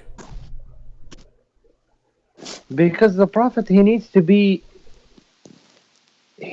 He needs to be happy. And he needs to be comfortable. Okay, in order to make the prophet happy, we have to ask all Muslim women to take off their panties and bend over in front of Muhammad. Otherwise, the prophet is not happy, and then Allah and he is not took happy. care of them. And he took care of them. How he take care of them? Guys, did you hear it? They bend over and he took care of them. Why are you talking in this? Why are you twisting things in this way? Why? Look, it's you who said that. It's you who said he is very handsome. It is you who said that because Allah, he want him to be happy, which means he want his penis to be happy. It's sex. It's about sex. Muhammad already had many wives. Why Allah, he made the verses saying any woman she want to offer himself? What that have to do with God? You said because he want to make the prophet happy. So your prophet happiness is through his penis. And when the penis of Muhammad is happy, Allah is happy. This is a penis God religion. Even when you go to heaven, Allah, he do what to you? He reward your penis. So, friend, he's the prophet. So what if he's a prophet? So if he's a prophet, he has a very hard job. What hard job? He's having sex with all those women. Is that the job? What is the job? If a man is a prophet of God, should not have time even for those women. But your prophet obviously is not a prophet. He have time to have sex. All those women offering themselves, and my now friend, he is saying to me, all day long, my friend, you have to understand about the prophet. All day long, he is listening to the problems of people. He's mediating disputes. He's giving advice to people. I'm here almost every day for 5-6 hours. Now those women who they are listening to me, excuse me, ladies, they have to sleep with me because I'm listening to them. What kind of excuse that is this? Aren't you ashamed of yourself? So now Moses, he said, if you want, because I'm serving you as a nation. Moses, your wives have to sleep with me. Listen to me. You can have 4 wives in Judaism. No, you cannot. That's a lie. Yes, you can. Okay, 100%. Okay, show me the verse. I'm gonna get a video of a rabbi. Go ahead, rabbi. The Bible says a man shall not multiply his wives. If he do that, he is breaking the law of God. He shall not There is multiply. a rabbi who said it. He is a stupid like you. Just go. Find it and call me back. Potato, the rabbi. Who care about rabbis? We have the Bible, my friend. Stupidity is amazing. So why God he need to send his son? Well, his son is holy. His son is amazing. His son, he don't sleep with women. His son, he did not ask for money. His son, he did not even own a donkey. His son, he never owned a slave, and yet he can raise people from death, and he can make the blind see, and he can heal the leper, and he can heal people by just saying to them, carry your bed and walk. That is Jesus. So Jesus, he came not to be humiliated. If this is your logic, well, I am humiliating your God, Allah, right now. According to your logic, did Allah created me to humiliate him? If Allah is the creator? Very stupid logic. So, man he do what he think is good for him. It might be bad, it might be good. So stop playing games. God, he sent his only begotten son because he loved the world, not because he hated the world. For God he loved the world. Not because God he sent Jesus to be humiliated and Jesus sent himself. That is your own fiction lie. You repeat it to yourself. For God loved the world. And the word here is a clear message for those who they are racist. You cannot be racist and you are Christian. God, he loved the black. God, he loved the Asian. God loved the white. It doesn't matter who we are. God, he loved the whole world. So he sent his only begotten son. And what that will do? So whoever believes in him will be saved. So the mission of Jesus is, I am your final choice and your final opportunity. You can do to me whatever you want. He said to them, you can destroy this temple, speaking about his body, and I will rebuild it in 3 days. And the number 3 here is significant of proving of the power of God. Again, symbolic for the 3, the Father, the Son, the Holy Spirit. So Jesus did not need to be saved. You can destroy this temple and I will build it in 3 days. You do not need to be saved. Some idiot, they say to you, well, Jesus, he don't save himself. Who said he did not? No grave can contain him and no death can take him. And even in the cult of Islam, Jesus right now is alive up in heaven. So when a Muslim, he made a statement trying to make fun of our belief as a Christians, we feel sorry for you, my friend. You are going to go to hell, to the horny prophet bedroom, and he will be busy doing boom boom to you. And then he says, you need to effort being a good person and helping each other. Pay the church to erase your sin. That is in Islam only, not in Christianity. Anyone who pay a church, he don't pay a church for erasing his sin, but that is in your religion, you idiot. If we go right now, that is not a rabbi, you idiot. I know this guy, this is a donkey. If you go right now to the Quran, you will see that the one who pay Allah, Allah erases sin. Don't call, I will not take more call. Fatima, Sheik Fatima. At least for now. If you go in the Quran, you will see the following.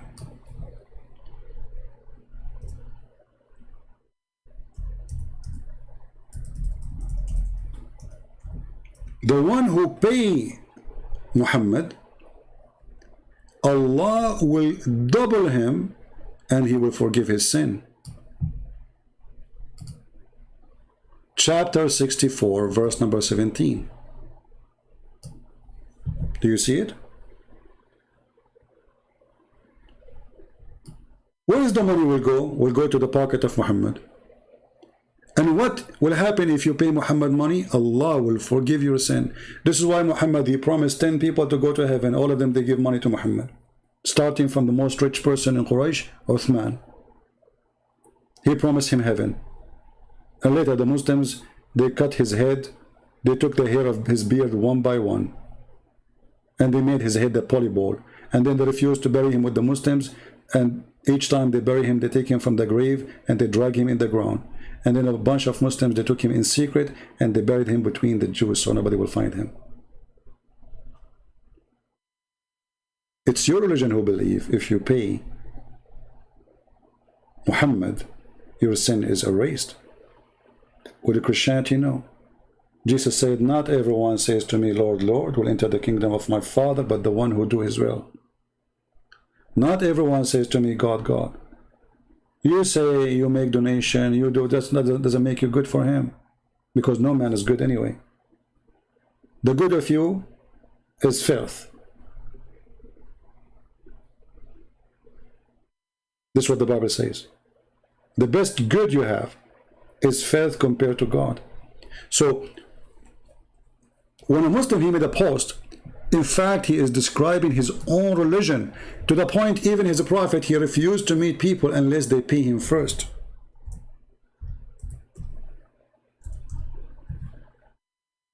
I am not a prophet, and I take calls, and I don't ask people to pay me to receive their call.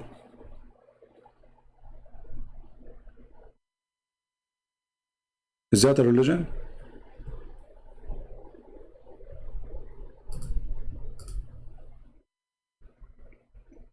Huh?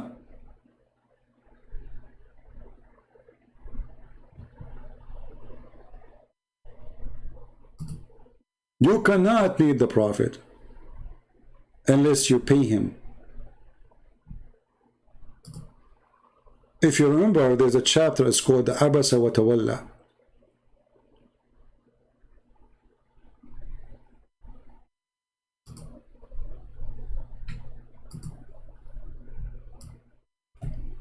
And in the chapter of Al-Mujadala, chapter 58, verse number 12, it says, "O who you believe, when you consult with the apostle, then offer something in charity before your consultation."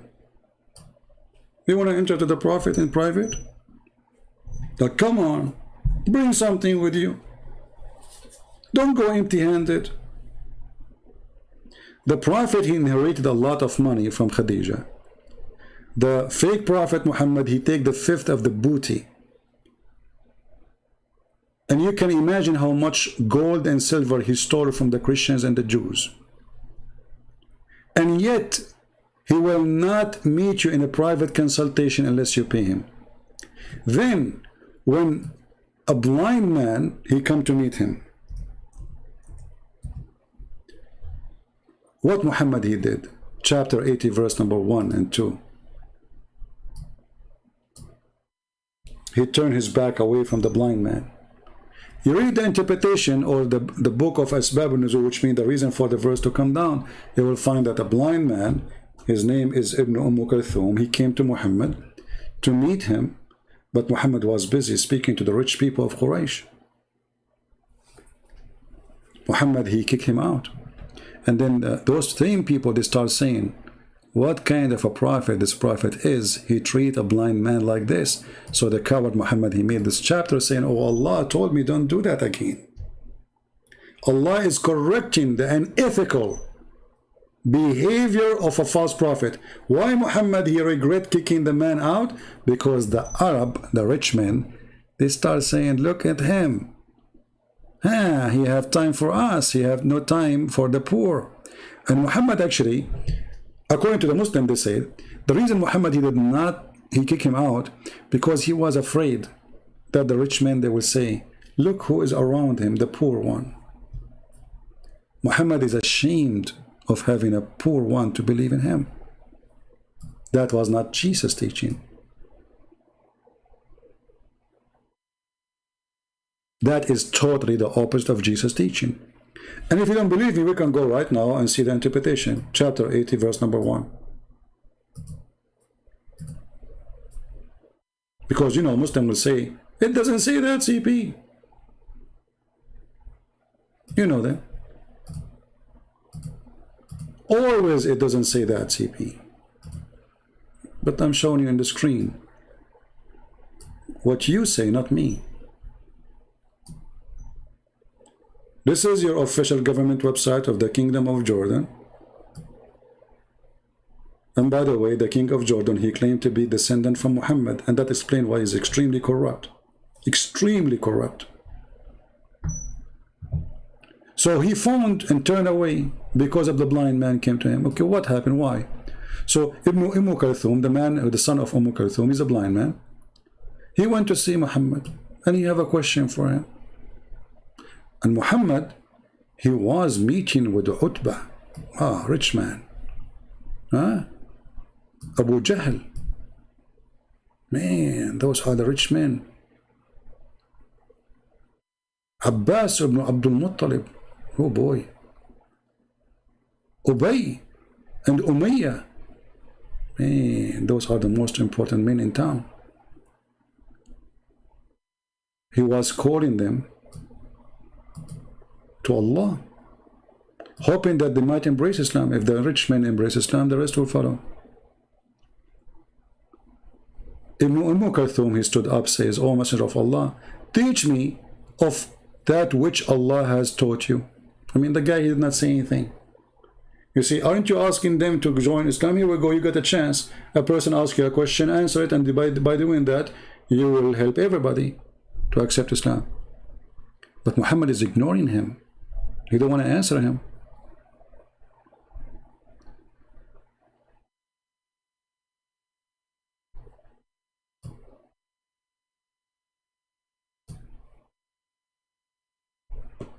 Why he is not answering? Read carefully. The Prophet, he said to himself, these chiefs will say his followers consist of only the blind, lowly people and slaves. Do you see it? Muhammad, he washed his hands from the poor people around him. He believed associating himself with the lowly, he called them lowly people. Blind man, black man, slave man, lowly. This is not my words. This is your words. And the one who said that to himself, Muhammad himself. So Muhammad was afraid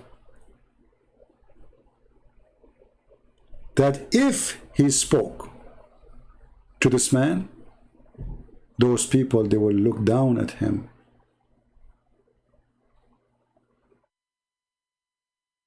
Superhero, Steelos, pick up your phone and I will give you $10,000 a potato. Save your $10,000 and give it to Somalia. You are a hypocrite, you don't even have a penny. Get out of here. That is a reason not to answer your phone. You worship money, my friend.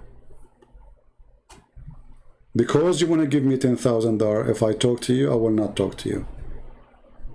See, all those people who call me, they can call me. And now you became suddenly a hero, call me. I'm here for the last 4 hours, anyone can call me. And now suddenly, when we close the Skype, go pick up my phone, I will give you $10,000. You're a potato.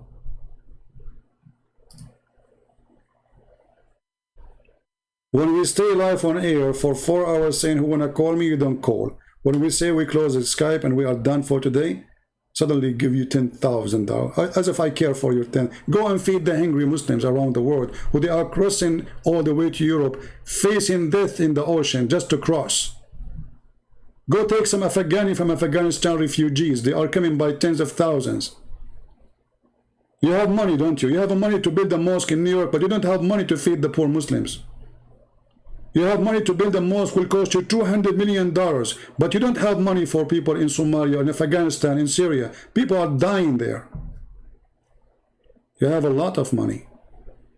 Take your money and save them for a prostitution trip you do to Thailand. Everybody go to the beach. You go to the prostitute.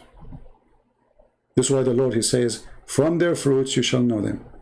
Everyone, by the way, he goes where he belongs. There's people, they go to a country to see a museum, to see art, to see nature, or maybe to enjoy food. And there's people, they worship sex. That is Muhammad. If I believe in Allah and his messenger, who is obviously he cares for the rich, not for the poor, what I will get?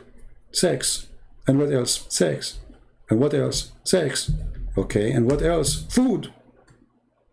That is Islam. Why people, when we say to them the truth, they get angry? What kind of God? He described his heaven, a grape tree, and then he jumped to boobs. Have you ever heard of such a God? Somebody describing his garden, the garden he will give me. He say grape, and then right away after the word grape, he talk about big boobs. This is your God. So save your $10,000 to get reward of big boobs, the booby God you worship. Isn't it obvious that this is a religion of boobies?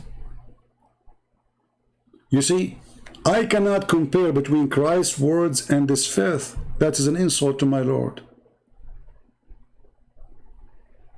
How God he talked like this? You know, that he was talking about the Song of Songs. But this is not even God talking. This is a man writing poet. Who said this is God?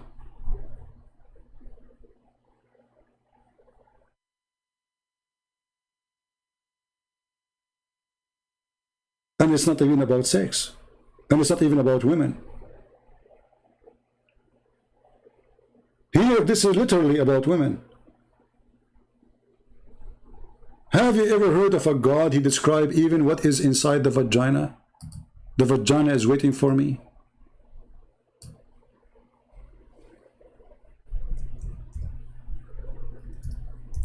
That is Muhammad God.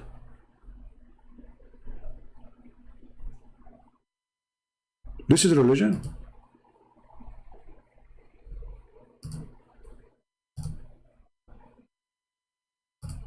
If this is religion, what is faith?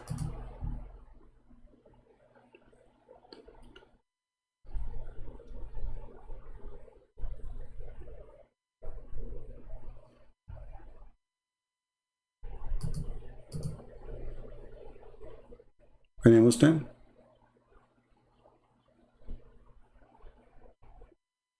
If this is religion, what is faith?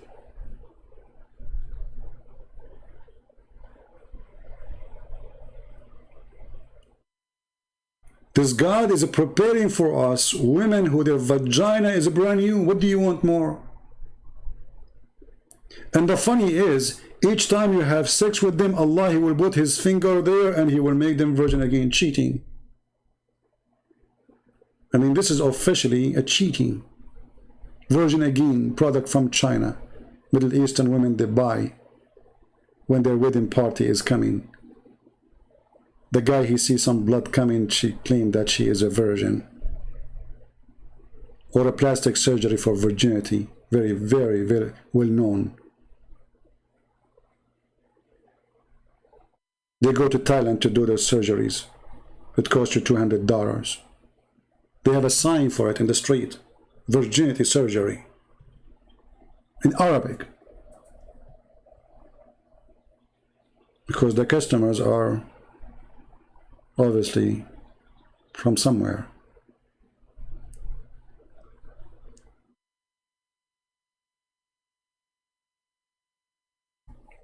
What is this? And those women, their vagina never been touched, never been boom boom, not even by genie. Genie?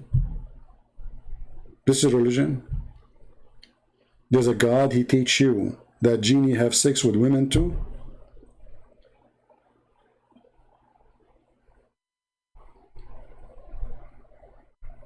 Genie in the ball? If you see a woman, she have a ball with her, be aware she might have her boyfriend, he's a genie. Genie in the ball. She take him with her on a trip to do boom boom.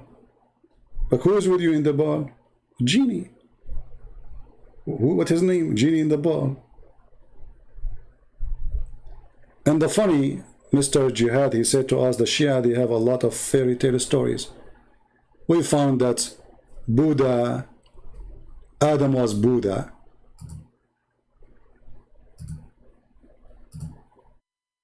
Adam was Buddha. That's a good one, isn't it?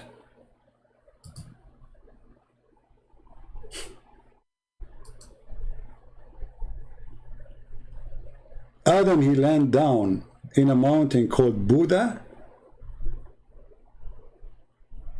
Why?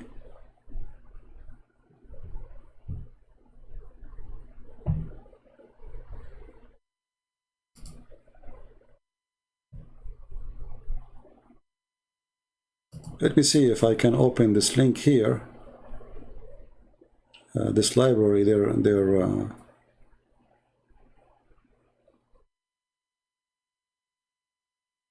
website is not really that good. They have a very bad hosting company. See, each time I try to open it, it says this site can't be reached. Hold on, let me see. So I can share the link with you.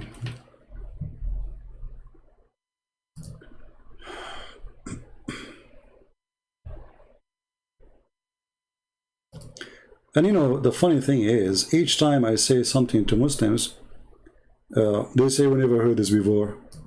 This is why I'm here. You never heard this before. This is exactly why I'm here.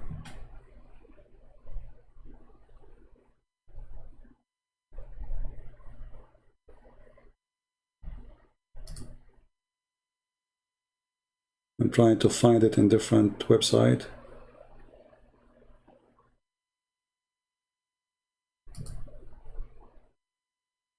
Okay.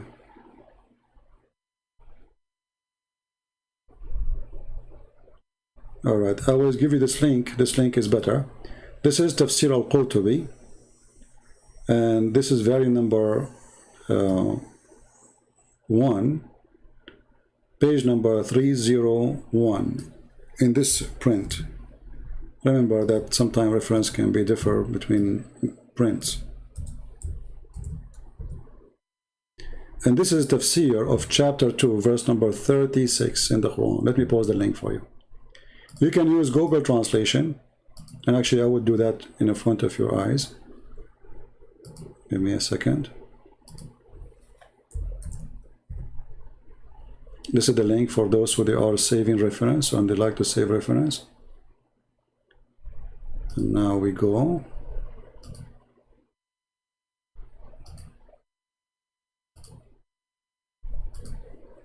Let me close some pages. All right. So here, this is an Islamic website. As you see, we are not using a Christian website. This is the interpretation for chapter 2, verse number 36 in the book of Al-Qurtubi. Al-Qurtubi is one of the famous imams for Muslims. Imams mean a scholar.